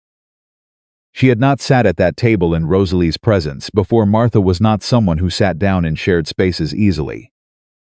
The action itself was a kind of statement. When I was 30 years old, Martha said, I was engaged to a man who chose someone prettier. She said it with the plain flatness of something so thoroughly processed over so many years that it had lost the power to wound but kept all its truth. Everyone said I should be gracious about it. Everyone said the important thing was to be dignified. Rosalie turned from the window. Were you? She asked. I was dignified for approximately 4 days, Martha said. And then I was furious, and then I was sad, and then I moved to Montana and built a life that I chose for myself. She looked at Rosalie steadily. Dignity is important, but it isn't the same as giving up. Rosalie sat down across from her at the kitchen table. I don't know how to fight for something like this, Rosalie said. I don't know how to be Vivian. I don't know how to walk into a room and make everyone look at me. You don't need everyone to look at you, Martha said. You need one person to see you, and he does. She was quiet for a moment. You think I haven't watched? 6 weeks of that man finding reasons to walk past the garden. 6 weeks of him sitting 2 minutes longer at the table than he used to. I've been at this ranch 4 years, and I have not seen that man linger anywhere he didn't have a purpose. Rosalie pressed her hands flat on the table. He laughed at her stories, she said. Colton Hawthorne, Martha said, with absolute certainty, can be entertained and still know the difference. He is not a fool. She looked at Rosalie hard. Are you? The question landed cleanly. Rosalie looked at the table. No, she said. Then don't act like one. She got up and went to her room. Rosalie sat on the edge of her bed in the dark, and thought about what Martha had said, and thought about what Thomas had said, and thought about what Colton had said. Now I would walk here. The steadiness of his eyes when he'd heard it, the thing that had broken open just slightly in his voice. She thought about Vivian in the parlor, making him laugh, arranging the picture of herself against the backdrop of this ranch, the way she arranged everything with skill, with beauty, with the performance of wanting something she had decided was worth having, now that she could see it clearly. And she thought, I am not going to be gracious about this. Not in the way that means fading, not in the way that means folding. She had spent her entire life being the woman who stepped back, who smoothed things over, who made herself smaller so other people could take up the space they thought they deserved. She had told herself that was dignity. She had told herself that was grace. But grace didn't mean disappearing. And love, if that was what this was, and she was increasingly certain it was, love was not something you stood back from because someone prettier came through the door. She made herself a promise in the dark, not a dramatic promise. Not one she announced to anyone. Just a quiet, iron decision made by a woman who had found, in this cold and honest country, something she had not known she was capable of finding, a version of herself she did not want to lose. The town gathering was in 3 days. She had heard Colton mention it to Dutch, an annual thing, the ranchers and families from across the territory coming together in Millhaven. A social event that in this part of the country carried the weight that ball seasons carried in Philadelphia. Who stood with whom mattered, who introduced whom to whom. It was not simply a party, it was a public statement. Vivian knew this. Of course she knew this. Rosalie had watched her sister calculating since she was a girl, and she knew the look of Vivian building towards something. 3 days. She was not going to fade in 3 days. She was not going to fade at all. She lay back on the bed and stared at the ceiling, and felt the cold and the dark around her, and felt underneath all of it the particular stubborn aliveness of someone who has found where she belongs and intends to keep it. In the morning she would get up. She would light the stove. She would put the water on. She would work. And when the time came when it came to standing in that gathering hall in Millhaven, with the whole territory watching, she was going to be standing exactly where she had earned the right to stand. Not as anyone's replacement, not as anyone's second choice. As herself, Rosalie Bennett, who had come to this ranch in the wrong sister's place and had made it a home with her own hands. And she was not leaving. The 2 days before the gathering were the longest of Rosalie's time at Hawthorne Ranch. Not because anything dramatic happened. The opposite, in fact, everything moved with a terrible stretched normalcy that was somehow harder to bear than open conflict would have been. Vivian was gracious at meals. Colton was measured. The hands worked. Martha cooked. The ranch turned on its ordinary rhythms, and Rosalie moved through all of it, doing what she always did, being present and useful and steady, and underneath every moment of it ran the quiet, constant pressure of waiting. Vivian had made her position clear without ever stating it directly. That was her method. She never announced what she wanted. She simply arranged herself until wanting her became the obvious conclusion. At breakfast, she asked Colton questions about the ranch's history, with the particular attention of someone who was deciding whether to invest. At supper, she told stories about Philadelphia that made the hands lean in without realizing they were leaning in. In the evenings, she sat in the parlor near the lamp and did needlework she had brought with her, and the picture she made was lovely. And she knew it, and she had always known exactly what pictures she made. Rosalie watched and said nothing, and worked and kept her iron promise to herself every time the watching got heavy. The morning before the gathering, she was in the garden, turning the lat's bed. The soil had softened slightly, enough to work when she heard the porch door and looked up to find Vivian walking toward her. Alone, no audience, which was unusual enough that Rosalie put down the spade and waited. Vivian stopped at the edge of the garden bed. She looked at Rosalie's dirty hands and her worn dress and the turned earth, and for a moment her face did something it rarely did. It went unguarded. "I envied you," Vivian said. "Did you know that?" Rosalie stared at her. "Not the way you're thinking," Vivian said quickly. "Not this," she gestured vaguely at the garden, the ranch, the wide sky. "I envied that you never seemed to need anyone to look at you to know who you were." Rosalie was quiet for a moment. "That isn't true," she said finally. "I needed it. I just learned not to wait for it." Vivian looked at her. "I'm going to be honest with you," Vivian said, "because I think I owe you that. I came here because Father pressured me. He said the Bennett name would be damaged if the Hawthorne arrangement collapsed entirely, and there was no Bennett woman at this ranch." She stopped. "He wrote me 3 letters. I ignored the first 2. "And the third?" Rosalie said. "The third one mentioned that you had apparently become indispensable here." She met Rosalie's eyes. "He said Hawthorne had shown no interest in ending the arrangement. He said I should come and correct the situation before it became permanent." The cold moved through Rosalie, clean and quiet. "Father sent you to replace me," she said. "The way he sent me to replace you." Vivian's mouth pressed thin. "Yes, and you came." "I came." Vivian looked at the garden. And I've been here 2 days, and I've watched you move through this place, and I've watched the way these people look at you. And Rosie, her voice shifted into something Rosalie had not heard from her sister in years if ever. Something raw. I don't think I can do what you've done here. I don't think I'm built for this. You could learn, Rosalie said. She meant it genuinely. Maybe Vivian was quiet. But I don't want to. That's the honest thing. She looked at Rosalie directly. I wanted the idea of this, a successful rancher, a large property, a good name. But I don't want the work of it.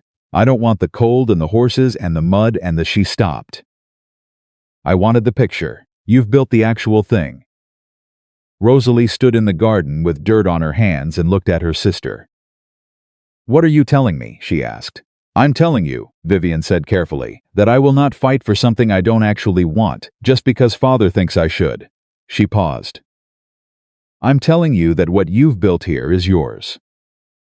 And she stopped again, and this time the stop had the quality of something genuinely difficult.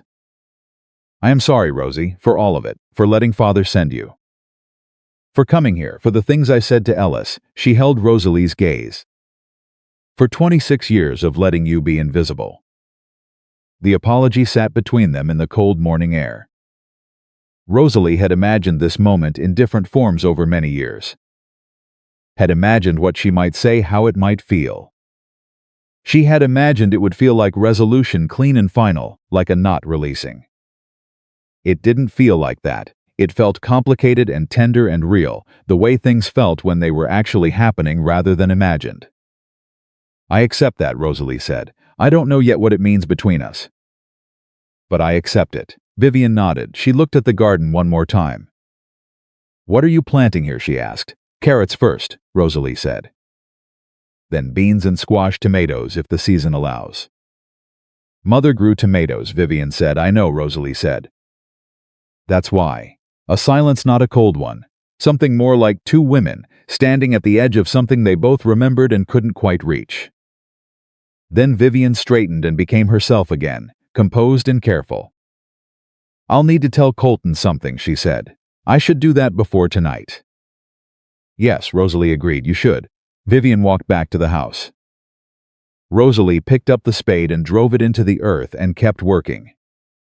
Her hands were shaking slightly. She made them steady and kept working. She didn't hear what Vivian said to Colton. She was in the barn with the bay gelding, who was entirely recovered now and wanted his breakfast, and did not care about the complicated drama of the humans managing his recovery, when Vivian found Colton in his office in the late morning. And she stayed in the barn until she was sure the conversation was finished. Ellis appeared in the barn doorway at noon. She told him she's leaving in the morning, he said. Rosalie looked at him. She said she came to resolve things properly, and she's resolved them, and she's going home. He paused. She said he stopped, seemed to reconsider, then continued. She told him the arrangement that was made with her is formally released. Her words, Rosalie turned back to the horse. Thank you, Ellis, she said. He lingered. You're not going to ask what he said? No, she said. Why not? Because what he says to me matters. What he says to her is between them. Ellis considered this. That's a real dignified position, miss. Don't push me, she said, and he laughed. And it was a real laugh, and the tension in the barn broke open into something lighter for just a moment, before it settled back into the waiting. The gathering was that evening. Millhaven's main hall was the largest building in town, which in Millhaven meant it was simply a large barn that had been converted with some optimism and a good deal of effort into a community space. By the time Colton's wagon reached the edge of town, Rosalie could hear music already fiddle and something percussive, the particular rolling warmth of a social evening in a frontier community that didn't have enough of them. She had put on her best dress. It was not a silk dress. It was not fashionable by Philadelphia standards or by any standards Vivian would recognize. It was a dark blue wool dress, well made, fitted to her actual body, rather than the body someone thought she should have. And she had pressed it carefully and fixed her hair simply and looked at herself in the small mirror in her room and thought, this is who I am. And she had picked up her coat and gone to the wagon. Vivian had declined to come. She had a headache, she said, and whether or not that was entirely true, the decision was graceful, and Rosalie noted it. So it was Colton and Rosalie in the wagon, and Martha who had decided she would attend after all for reasons she didn't explain. And the ride to town was quiet in the way of two people who have things to say and are choosing their moment. Colton did not speak until they were nearly at the edge of town. Then he said, without turning his head, "Vivian told me what she said to you." "In the garden this morning." Rosalie watched the road ahead. "She told you that?" "She told me she said things to people on this ranch that she shouldn't have said. She didn't specify to me, but Thomas told me what she said to Ellis." His voice was even. "I want you to know that I know." Rosalie was quiet for a moment. "She said what she believed was true," she said. "That's not the same as lying." "What she said about you," he said, "was not true. Not the part that mattered." She looked at him. "She's the kind of woman men rely on, not choose." He said it flatly, repeating it. "Then I heard you say that you'd walk to this ranch if the wagon was taken." "I have not forgotten that. I don't forget things." He paused. "I choose this ranch every single day. I could have sold it when my father died, and the debt was crushing and the hands were leaving. I chose it. I choose the things that matter to me, and I keep choosing them." He looked at her then, with the same steady directness she had come to know as the most honest thing about him. "Do you understand what I'm saying?" "I think so," she said carefully. "I want to be sure you understand," he said. "Then say it plainly," she said. He looked back at the road. "I'm going to say something tonight," he said. "In that hall, in front of everyone." He paused. "I wanted you to know it was coming." The wagon moved on. "Yes, don't say anything that isn't true," she said. "Whatever it is, make sure it's the truest thing you know." He was quiet for a moment. "It is," he said. They arrived. The hall was full: ranchers, families, townspeople, the whole social fabric of the Millhaven territory pressed into one warm space with fiddle music, and the smell of pine wood, and the noise of people who were glad to be together. Rosalie walked in beside Colton and felt the attention the way you always felt attention in a room when you were not accustomed to receiving it, like a change in air pressure, subtle but undeniable. She knew what they saw. She had always known what people saw when they looked at her. She had spent 26 years learning to carry that knowledge without letting it alter her posture. She kept her posture. A woman named Grace Alderman, the wife of the neighboring ranch owner, came forward immediately and took Rosalie's hands with the warmth of someone who had heard about her and had opinions. "So you're the woman who got the hawthorn garden going," she said. "Dutch told my husband about those vegetables, and my husband told me, and I've been wanting to meet you since October." "Dutch mentioned it?" Rosalie said, genuinely surprised. "Dutch doesn't mention anything," Grace said cheerfully. "So when he does, it means something. Come and meet people. You've been out on that ranch for 2 months, and nobody's had a proper chance." She was pulled gently but with great purpose into the room. What followed was the most startling hour of Rosalie's time in Montana. Not because anything dramatic happened, it was simply people, ordinary frontier people, talking to her without the layered calculations of Philadelphia society. A farmer who wanted to talk about soil amendments. A woman who wanted to know about the supply record reorganization she'd heard about from Cal Marsh. A doctor from the edge of town who'd heard about the Samuel's arm and wanted to know what she'd used and how she'd wrapped it. She answered every question and asked her own, and found herself, without particularly planning to, in the middle of a room full of people who were genuinely interested in what she had to say. She was talking to the doctor about wound care when she felt the room shift. It was subtle, a change in the quality of the attention, a few conversations going quiet in a rolling wave. She looked up.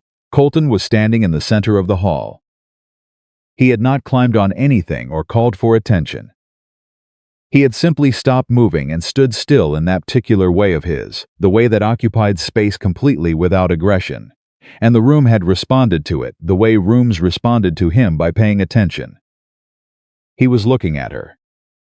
She felt it from across the hall, the full weight of that look, not the assessed, measured look of the man who had received her at the station with a photograph in his hand, but something she had been watching build for 2 months.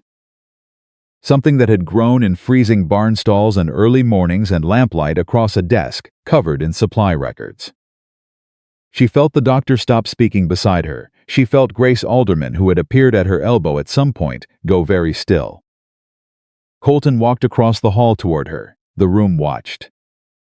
He stopped in front of her, close enough that she had to look up slightly to meet his eyes, and she did meet them, directly, because she had not come here to look at the floor. "I've been thinking," he said, "about what I want to say." "You said you knew," she said quietly, only for him. "I know what I want to say," he said. "I've been thinking about how." The hall was not silent. The fiddle had stopped, but people were talking, or trying to, but the particular circle of space around the two of them had the quality of held breath. "There are people in this room," he said, "who know the arrangement that was made with the Bennett family. Most of you have heard something about it, because this is Millhaven, and there are approximately no secrets in Millhaven." A few laughs, low and genuine, around the room. "The woman I expected to come to this ranch didn't come," he said. The woman who came instead had not been asked whether she wanted to come. She had not been given a choice. He paused, and she came anyway. And she stayed, and she built something at my ranch that wasn't there before she arrived. Not just the garden, though you should see that garden. More laughter, warmer. She built. He stopped, looked at Rosalie. "I don't have a word for it. It's something a house has when the people in it know each other's worth. I didn't have that before." The hall was very quiet now. "I want to make something clear," he said, "in front of everyone here. Because the people in this room matter to me, and because she deserves to hear it plainly, and in front of witnesses." He looked at her steadily. "I am not honoring an old arrangement. I am making a new choice. My own choice, and the choice is Rosalie." He said her name the way he had said it from the first, plain, unadorned, complete. Not the Bennett girl, not Vivian's sister, not the replacement. Rosalie. She felt the room hold its breath. She felt Grace Alderman press her hand briefly, then let go. She felt every eye in that hall land on her face, and she felt, for the first time in her life, not the familiar cold weight of being looked at and found lacking, but something else entirely. She felt seen. She looked at Colton Hawthorne standing in front of her with the fiddle silent, and the whole of Millhaven watching. "You should know that I'm not easy." A ripple of surprised laughter through the hall. "I've noticed," he said. "I reorganize things without being asked," she said. "I know. I read records that aren't addressed to me. I'm counting on it, and I will not be the woman who fades when something difficult walks through the door." He looked at her for a long moment. "I know that too," he said quietly. "That's why I'm standing here," she breathed. She looked at this man, this difficult, measured, careful man who had said get in the wagon without kindness, and who had then, slowly and without announcement, begun to see her the way she had been waiting her whole life to be seen, and she said the truest thing she knew.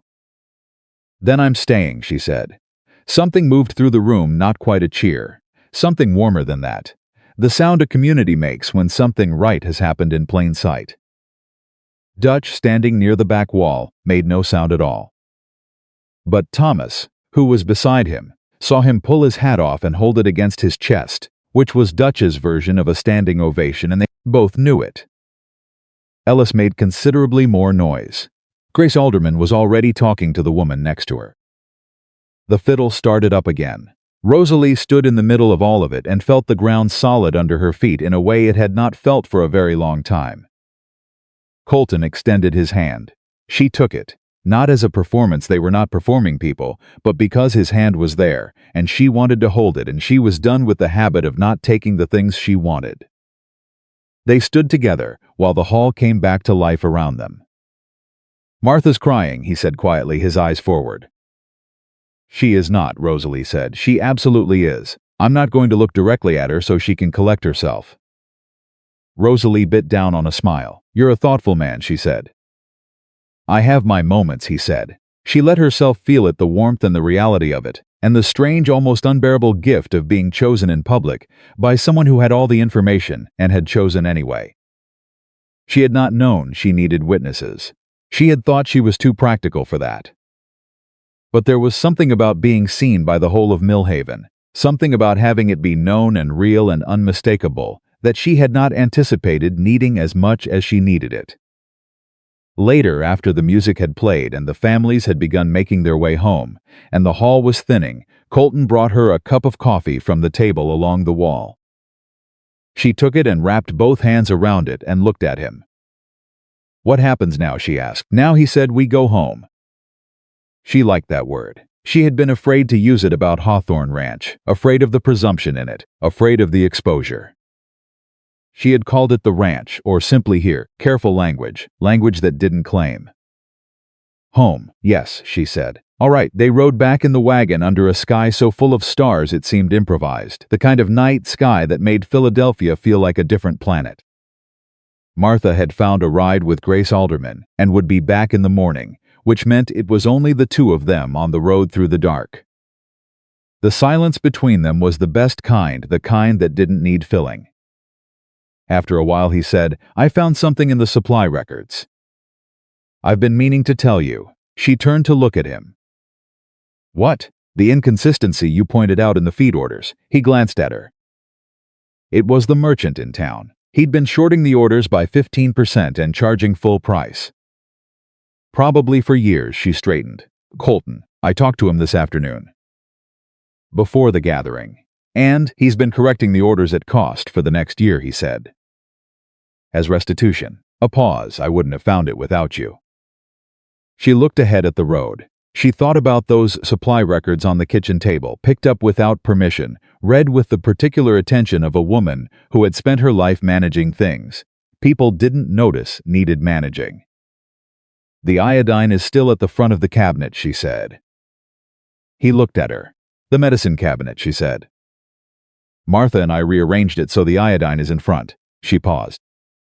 "It matters. In an emergency, seconds matter." He was quiet.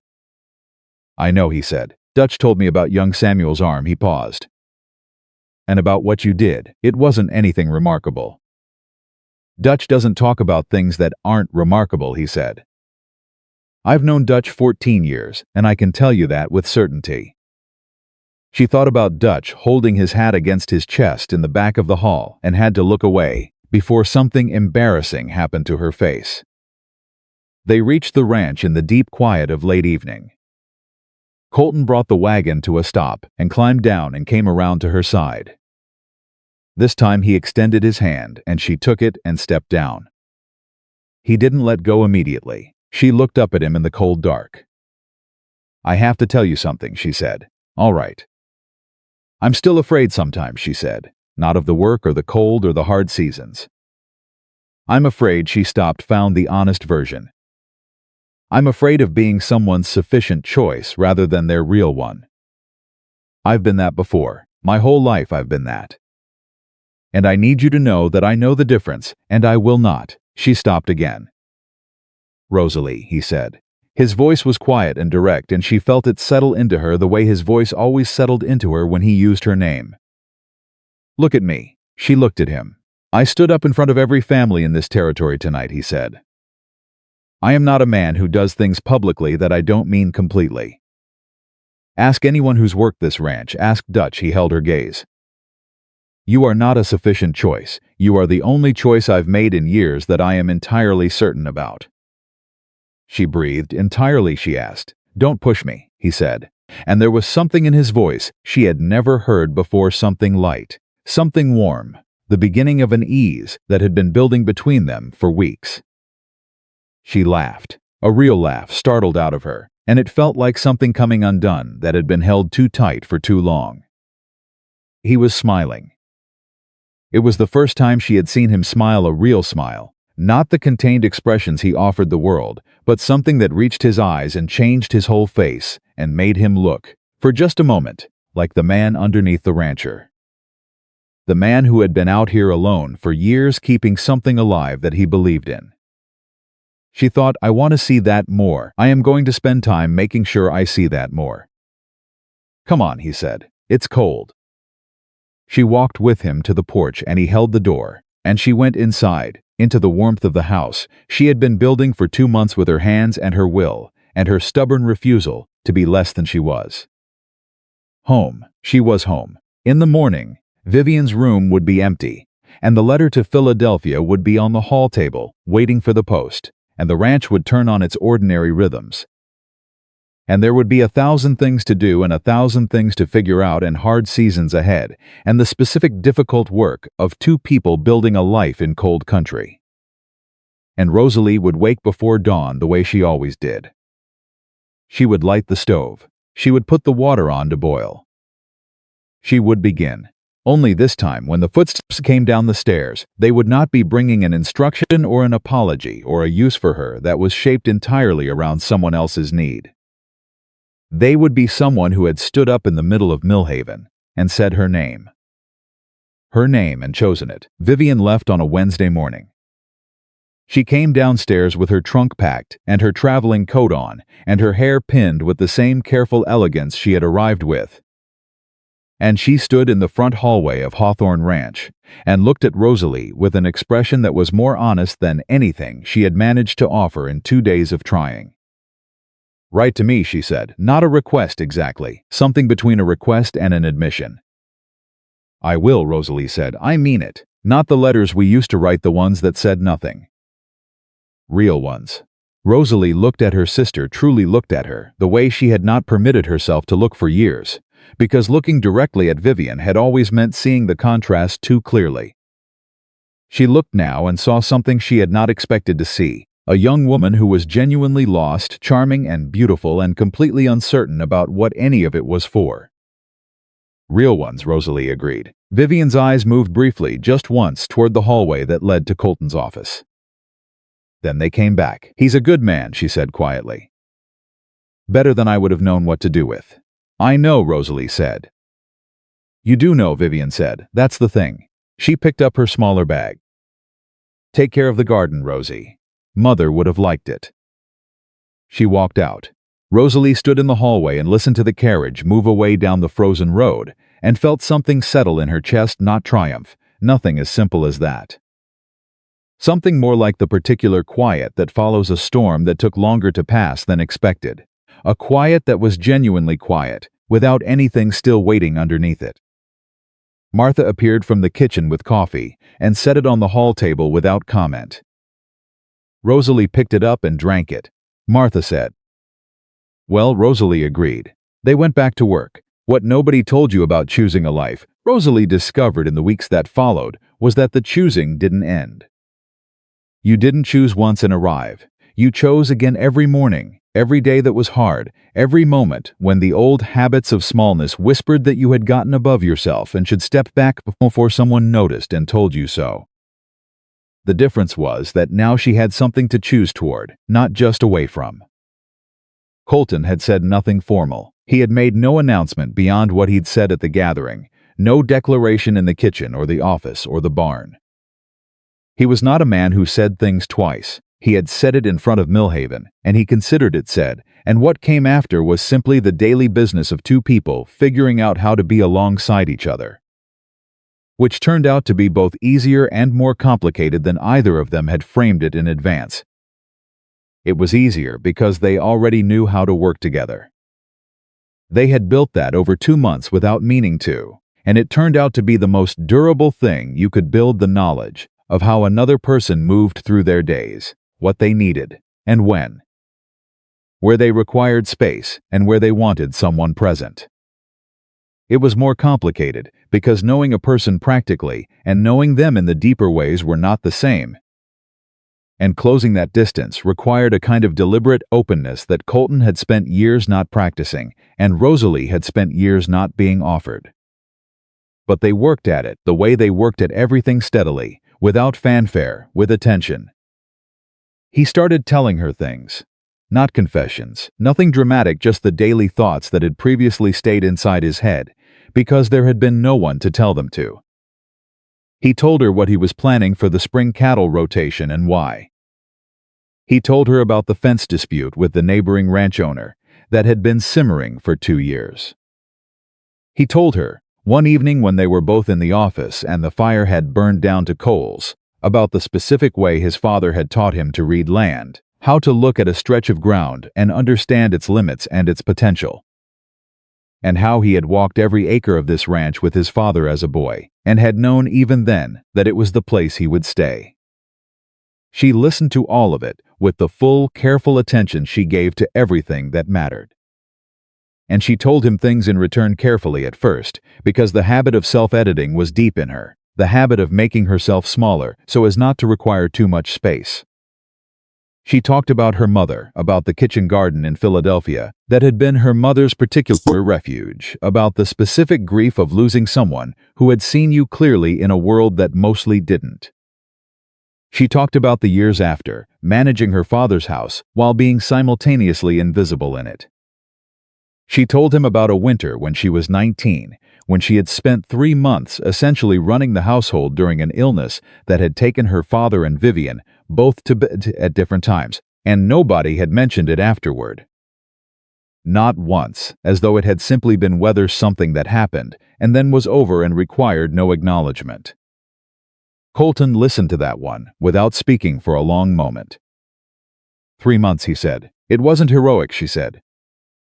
It just needed doing. That's not the point, he said. His voice had an edge to it that she recognized, the particular edge of someone who was angry on behalf of another person, which was different from being angry for yourself. The point is that you did it, and no one said thank you. No, she said. I'm saying it now, he said, for that winter. For every other time, he looked at her directly. Thank you. She had to look away. She had not expected at 26 years old to be undone by 2 words. She had thought herself past that kind of undoing. She had been wrong. You're going to make me cry in your office, she said, and I have decided I find that unacceptable. Then don't, he said, but his voice was gentle. She collected herself and looked back at the records in front of her. The fence dispute, she said. Tell me the history of it. He told her. She listened, and the evening moved forward, and the fire burned down further, and neither of them moved to leave, and that was its own kind of thing, quiet and warm and real. The first letter from her father arrived in early March. She knew it was from him before she opened it, because she recognized the handwriting on the envelope, and she felt the familiar tightening in her chest that his letters had always produced, the anticipation of being required to be something she wasn't, or told she had failed at something she'd never agreed to attempt. She opened it at the kitchen table while Martha was outside. It was 3 paragraphs. The first established that Vivian had returned and reported the situation at Hawthorne Ranch. The second expressed her father's view that the outcome, while not what he had planned, was acceptable given the circumstances, and that the Bennett family name was adequately secured by the connection. The third informed her that he expected regular correspondence and that she should comport herself appropriately as the wife of a Montana ranch owner, which was a position that carried certain social responsibilities she should not neglect. Not a single line asking how she was, not one word about whether she was well or happy or safe. Acceptable. Comport yourself appropriately. She sat with the letter for a long time. Then she got up, found paper and pen, and wrote back. She wrote 2 pages, not the careful, abbreviated letters she had sent her father her entire life, the letters engineered to take up as little of his time as possible. She wrote 2 full pages about the ranch and the garden, and the supply records, and Martha and the bay gelding, and what Montana looked like in early spring, and the way the hands had responded to better feed for the horses. She wrote about the town gathering, and Grace Alderman, and the doctor who had wanted to talk about wound care. She wrote about the soil and what she planned to plant and why. She wrote nothing about being adequate or acceptable. She wrote the life she was actually living in full, and she sent it. She didn't know if he would read it. She didn't know if it would matter to him. But she was done writing letters designed to not inconvenience anyone. Martha came back inside and saw her face. "Father?" she asked. "Father," Rosalie confirmed. Martha looked at the sealed letter on the table. "You writing back?" "Already done." Martha looked at her with the considering expression she deployed when someone had exceeded her expectations. "Good," she said, and went back to her work. The spring came to Montana slowly, and then all at once the way things that have been held under pressure finally release. The ground softened. The light shifted. And the garden that Rosalie had been preparing since November, bed by bed through frozen mornings and careful soil work and Thomas's wordless assistance, began to show what it was capable of. The first green shoots appeared on a Saturday morning, and she stood in the garden and looked at them for a moment before she allowed herself to feel the full weight of what they meant. Not just food, not just practical supply savings, though those were real. Something else, the proof of a thing she had believed in when the ground was iron hard, and the outcome was entirely uncertain. She had worked the soil because she had faith in what the soil could become. She had stayed at this ranch, had chosen it over and over through hard weeks and Vivian's arrival and the long waiting of not knowing, because she had faith in what was being built here. Faith in cold ground was not so different from faith in people. She heard boots on the earth behind her. "They came up," Colton said. "They came up," she said.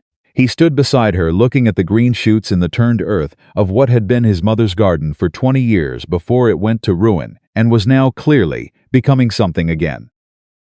"She would have been here every morning," he said. "I know," Rosalie said. "I am." He looked at her. She looked at the shoots. "I want to expand the east bed," she said, "if you'll let me take another section." "Take what you need," he said. He didn't move. "Rosalie," he said. Something in his voice made her turn. He was looking at her with the expression she had learned to read over months, the expression of a man who had decided something and was about to act on it, the quiet resolution that preceded everything he did of consequence. "I want to make this formal," he said. She waited. "I want to marry you," he said, "not as an arrangement. Not to settle anything or secure anything, or because it makes practical sense, though it does." He stopped. "Because I want you here, not just at the ranch with me," he paused. "I want to choose you where everyone can see it, and have it be a fact and not just a declaration at a town gathering." She looked at him in the spring morning, with green shoots in the earth around them, and the wide Montana sky, pressing down honest and clear on everything. "You're not asking," she said. He considered. "I'm asking," he said. It came out as a statement. "I'm asking." "Yes," she said. Just that. One word, clean and complete. Something moved across his face, relief and warmth, and something that had not been there when she first climbed into his wagon 7 months ago. Something that had grown here, alongside the garden, in the cold and honest ground of a life being built from scratch. "Good," he said. She turned back to the shoots. "I want to expand the east bed," she said again. "You said that already," he said. "I want to be sure you've agreed." "Take what you need," he said, with a patience that was, she was learning, his particular form of affection. She took what she needed. The wedding was held in June, at the ranch, because Colton had no interest in Millhaven's social performance, and Rosalie had no interest in Philadelphia. And because the ranch itself was the right place, the place where everything had actually happened, where everything real between them had been built. Grace Alderman organized it with considerable enthusiasm and minimal request for input, which turned out to be exactly right, because she had better instincts for these things than either of the people getting married. Dutch wore his good coat and stood with his hat in his hands for the entire ceremony. Ellis cried openly and did not pretend he wasn't. Thomas stood at the back and watched everything with the careful attention he gave to things that mattered to him, which was the highest compliment Thomas offered. Martha made the cake. She presented it that morning with the bearing of someone delivering something of great strategic importance, and said, "Only don't let anyone cut it before the ceremony." "I mean it," and walked away, and nobody cut it before the ceremony. There was no word from Philadelphia. Rosalie had not expected one and was not wounded by its absence. She had sent her father a letter informing him of the date and had received nothing back, and she had sat with that for an evening, had felt the old familiar ache of it, and had then decided that the ache was allowed to exist without requiring her to shrink around it. Vivian wrote. A real letter, as promised, 3 pages, untidy handwriting that suggested she had written quickly and revised very little. She said she was glad. She said she hoped the tomatoes came in. She said she was considering a trip west next spring if Rosalie would have her. Rosalie wrote back that she would. The ceremony was short because Colton had written it himself, and he was not a man of unnecessary words, but every word he used was the truest one available. And Rosalie stood across from him in the June morning and listened to him say that he chose her and was still choosing her and intended to keep choosing her, and she believed him. Because she knew by then how he chose things. She had watched him choose this ranch every day for 7 months. She had watched him choose honesty over convenience and work over ease and the long view over the comfortable short one. She had watched him choose her, in small ways and large ones, consistently, without theater, the way he did everything that mattered to him. She said her own words. She had written them herself too, and they were not complicated. I came here not knowing if I was wanted. I am staying because I am.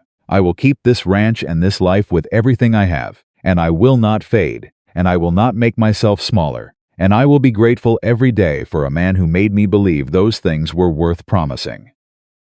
Dutch made a sound in the back of his throat that he would later deny was emotional.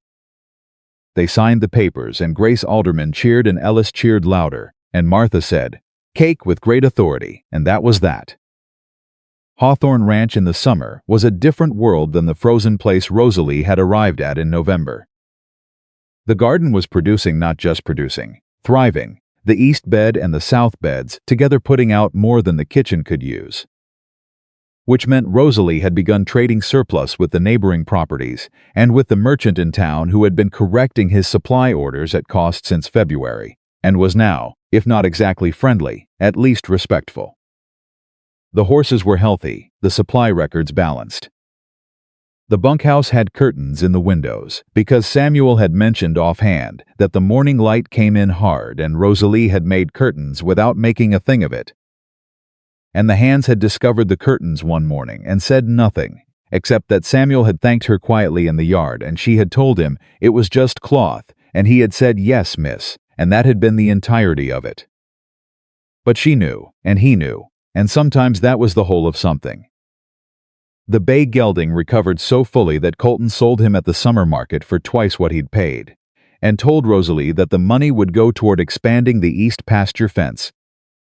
And she told him she wanted 2 more garden beds in exchange for her contribution to the horse's survival, and he looked at her for a moment and then said, 2 beds, and she said, 3, and he said 2.5. And she said, "You cannot have half a garden bed," and he said, "Then 2, and I'll build the frames myself," and she said, "Done," and they shook on it, which was both a completely unnecessary formality and deeply satisfying to both of them. Dutch observed this exchange from 20 feet away and said nothing, but that evening at supper he ate 2 helpings of the beans from the garden and looked at no one in particular while doing it. The letter from Edmund Bennett arrived in August, not to Rosalie. To Colton. She knew it was from her father, because Colton brought it to the kitchen table and set it in front of her without opening it and said, "It's addressed to me, but it concerns you, so you should read it with me." She looked at him. "Open it," she said. He opened it. Her father had written to Colton directly, man to man, as he would have thought of it, to extend what he called belated congratulations on the marriage, and to express his hope that the arrangement was proving satisfactory.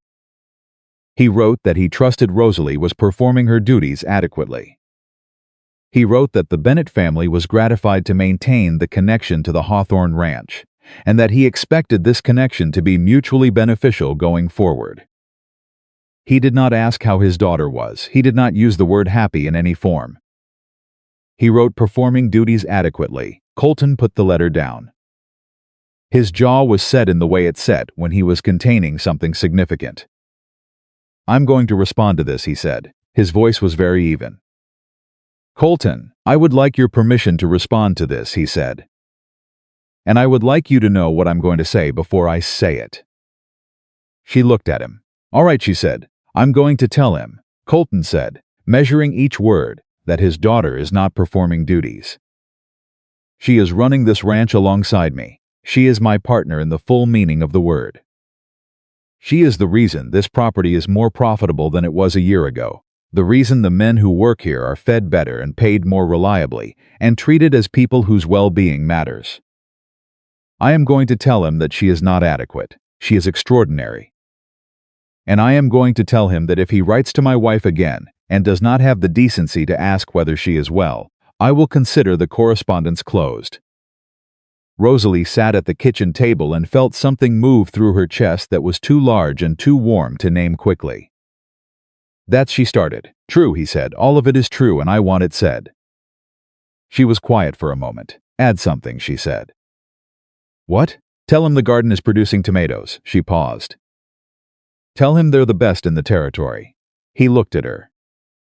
Something shifted in his face, and there it was. The real smile, the one she had been making a project of producing, and it had become easier over months, easier and more frequent. And every time it arrived, it still did the same thing to her that it had done in the hall at the gathering. "I'll tell him," he said. He wrote the letter. She read it before he sent it. She changed 2 words and kept everything else exactly as he'd written it, and it went to Philadelphia on the Thursday post. She never heard what Edmund Bennett made of it. She found she minded that considerably less than she would have predicted. The fall arrived and the garden wound down the way gardens did slowly. Then all at once, the last of the tomatoes brought in before the first hard frost, the beds cleared and turned and mulched for the winter. Rosalie worked them with the same attention she had brought to turning them the November before, but it was different now. She was not working cold ground in uncertainty, not working with the desperate focus of someone who needed something tangible to be real when everything else was uncertain. She was working her own ground. She knew what it could do. She knew what spring looked like from the other side of winter. Thomas worked beside her on the last afternoon of the season, the two of them moving through the beds, with spades and not much conversation, because they had arrived by then at the kind of understanding that didn't need conversation to sustain it. "Good year," Thomas said. "Yes," she said. "Next year will be better," he said. "Soil's deeper now." She drove the spade in and turned another section. "Thomas," she said. "Yes, miss." She had told him 3 times now to stop calling her miss, and he had agreed 3 times and continued calling her miss. And she had decided this was simply how things were. "Thank you," she said, "for the wheelbarrow of manure last November." He looked at her. "That was a long time ago, I know," she said. "I've been meaning to say it for a while." He was quiet for a moment. "It was just manure," he said. "It was the first time someone here helped me without being asked," she said. "It mattered more than you knew." He turned back to his work. After a moment, in the quiet voice he used for things that were important to him, "You were going to make something of it, regardless." I could see that. She worked beside him in the cold afternoon and let that sit. Let it be what it was, acknowledgement from a man who did not offer it lightly, and the particular weight of being seen clearly by someone who watched everything and missed nothing. That evening, Colton came to find her in the office where she was updating the year's records. He stood in the doorway for a moment watching her work, and she felt him there the way she always felt him, a kind of warmth and solidity in the room that had nothing to do with temperature. "Come and sit," he said. "The records will be there in the morning." She looked up. 5 more minutes, she said. He came into the office and sat across from her and waited. She finished the column she was working on and closed the ledger. He reached across the desk and set something in front of her. It was a small package wrapped in cloth, nothing elaborate. She looked at him and then at the package. "Open it," he said. She unwrapped it. Inside was a seed catalog, the new edition from a nursery in the East, fat and full of possibilities, with illustrations of varieties she had never tried and some she had never heard of. He had put a slip of paper inside the front cover, with a note in his careful handwriting, for the spring beds. "Order whatever you want, see." She looked at the catalog. She looked at the note. She looked at him. 3 beds, he said. 4, she said immediately. 3, he said. We agreed. We agreed on 2, and you offered 2.5, and we settled on 3. That was spring's fall. The negotiation is reset. He looked at her with an expression she had learned. To love the expression of a man choosing between amusement and principle and genuinely uncertain which was going to win. 3, he said, final. 3 and a cold frame for starting seeds early, she said. He was quiet for a moment. Dutch can build a cold frame, he said. Dutch will be delighted, she said. Dutch will complain the entire time, he said. Dutch complains about everything he values, she said. You know that. He looked at her across the desk in the lamplight, and she looked back at him, and she thought, this is it. This is the thing that people search for and settle for substitutes of, and sometimes never find at all. Not the grand gestures, not the dramatic declarations. This a man and a woman across a desk at the end of a working day, negotiating garden beds, knowing each other. This was the thing. You're not going to let me win an argument, he said. Not ever. I can see that now. You win them when you're right, she said. That should happen more often than it does, he said. You're right about most things, she said, just not garden beds. He smiled, the full one. She picked up the seed catalog and opened it to the first page. The first snow came in October. She stood on the porch in the early morning with her coffee and watched it come down soft and steady, the kind that settled rather than drove, covering the garden beds and the yard and the roof of the barn in a clean, quiet white. The ranch was hushed under it. The hands were still sleeping. Martha had not yet started the kitchen fire. Even the horses were still. She had stood on this porch the morning after she arrived and looked at this land and thought, this is what it is. This place presents itself flat and honest and lets you be what you are inside of it. 7 months later, standing in the same cold morning air with snow falling soft on a garden she had built from ruined beds with her own hands, she thought, yes. That's exactly what it is. And what she was, inside of it, was this. A woman who had been sent away like a solution to someone else's problem, and had arrived at the only place in her life where she had been seen clearly and chosen freely, and given room to become in full the person she had been all along. She heard the door open behind her. Colton came out and stood beside her on the porch, his coffee in his hand, his coat half buttoned, looking at the snow coming down on his land. They stood in the quiet together. After a while he said, the cold frame will be harder to build now that the ground's frozen. Dutch will manage, she said. Dutch will complain. Dutch will manage, she said again. A pause. You're going to order too many seed varieties, he said. Probably, she said. We won't be able to plant them all. Then we'll learn what thrives and plant more of that the following year, she said. That's how it works. He was quiet for a moment. That's how most things work, he said. She looked at the snow falling soft on the garden. Yes, she said, it is.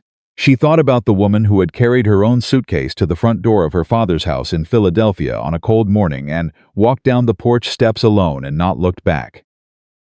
She thought about the train and the wide-open country coming toward her and the particular honesty of a sky with nowhere to hide. She thought about a man at a station platform with a photograph in his hand, looking between the picture and the woman who was not the woman in the picture, and the words that had followed, "Get in the wagon." She thought about cold ground and patient work and the green shoots of things you believed in before you could see them. She held her coffee in both hands and felt the snow on her face and felt the man beside her, warm and solid and real, and felt the ground under her feet, and felt the specific, irreplaceable weight of a life that was genuinely hers. Rosalie Bennett had been sent away like a problem to be managed, traded like currency between men who thought they knew her worth. She had arrived in a strange land in the wrong season carrying someone else's obligation. She had lit the stove and put the water on and begun. And she had built, out of cold ground and stubborn faith and the refusal to be anything less than what she was, the life she had not known to want and would spend the rest of her days choosing. Rosalie Hawthorne was no longer anyone's substitute. She was no longer anyone's adequate solution. She was the woman who had turned the soil when it was frozen, who had sat with the sick horse through the night, who had placed the iodine at the front of the cabinet because emergencies required someone who was already ready. She was the heart of Hawthorne Ranch, and she had earned every inch of it,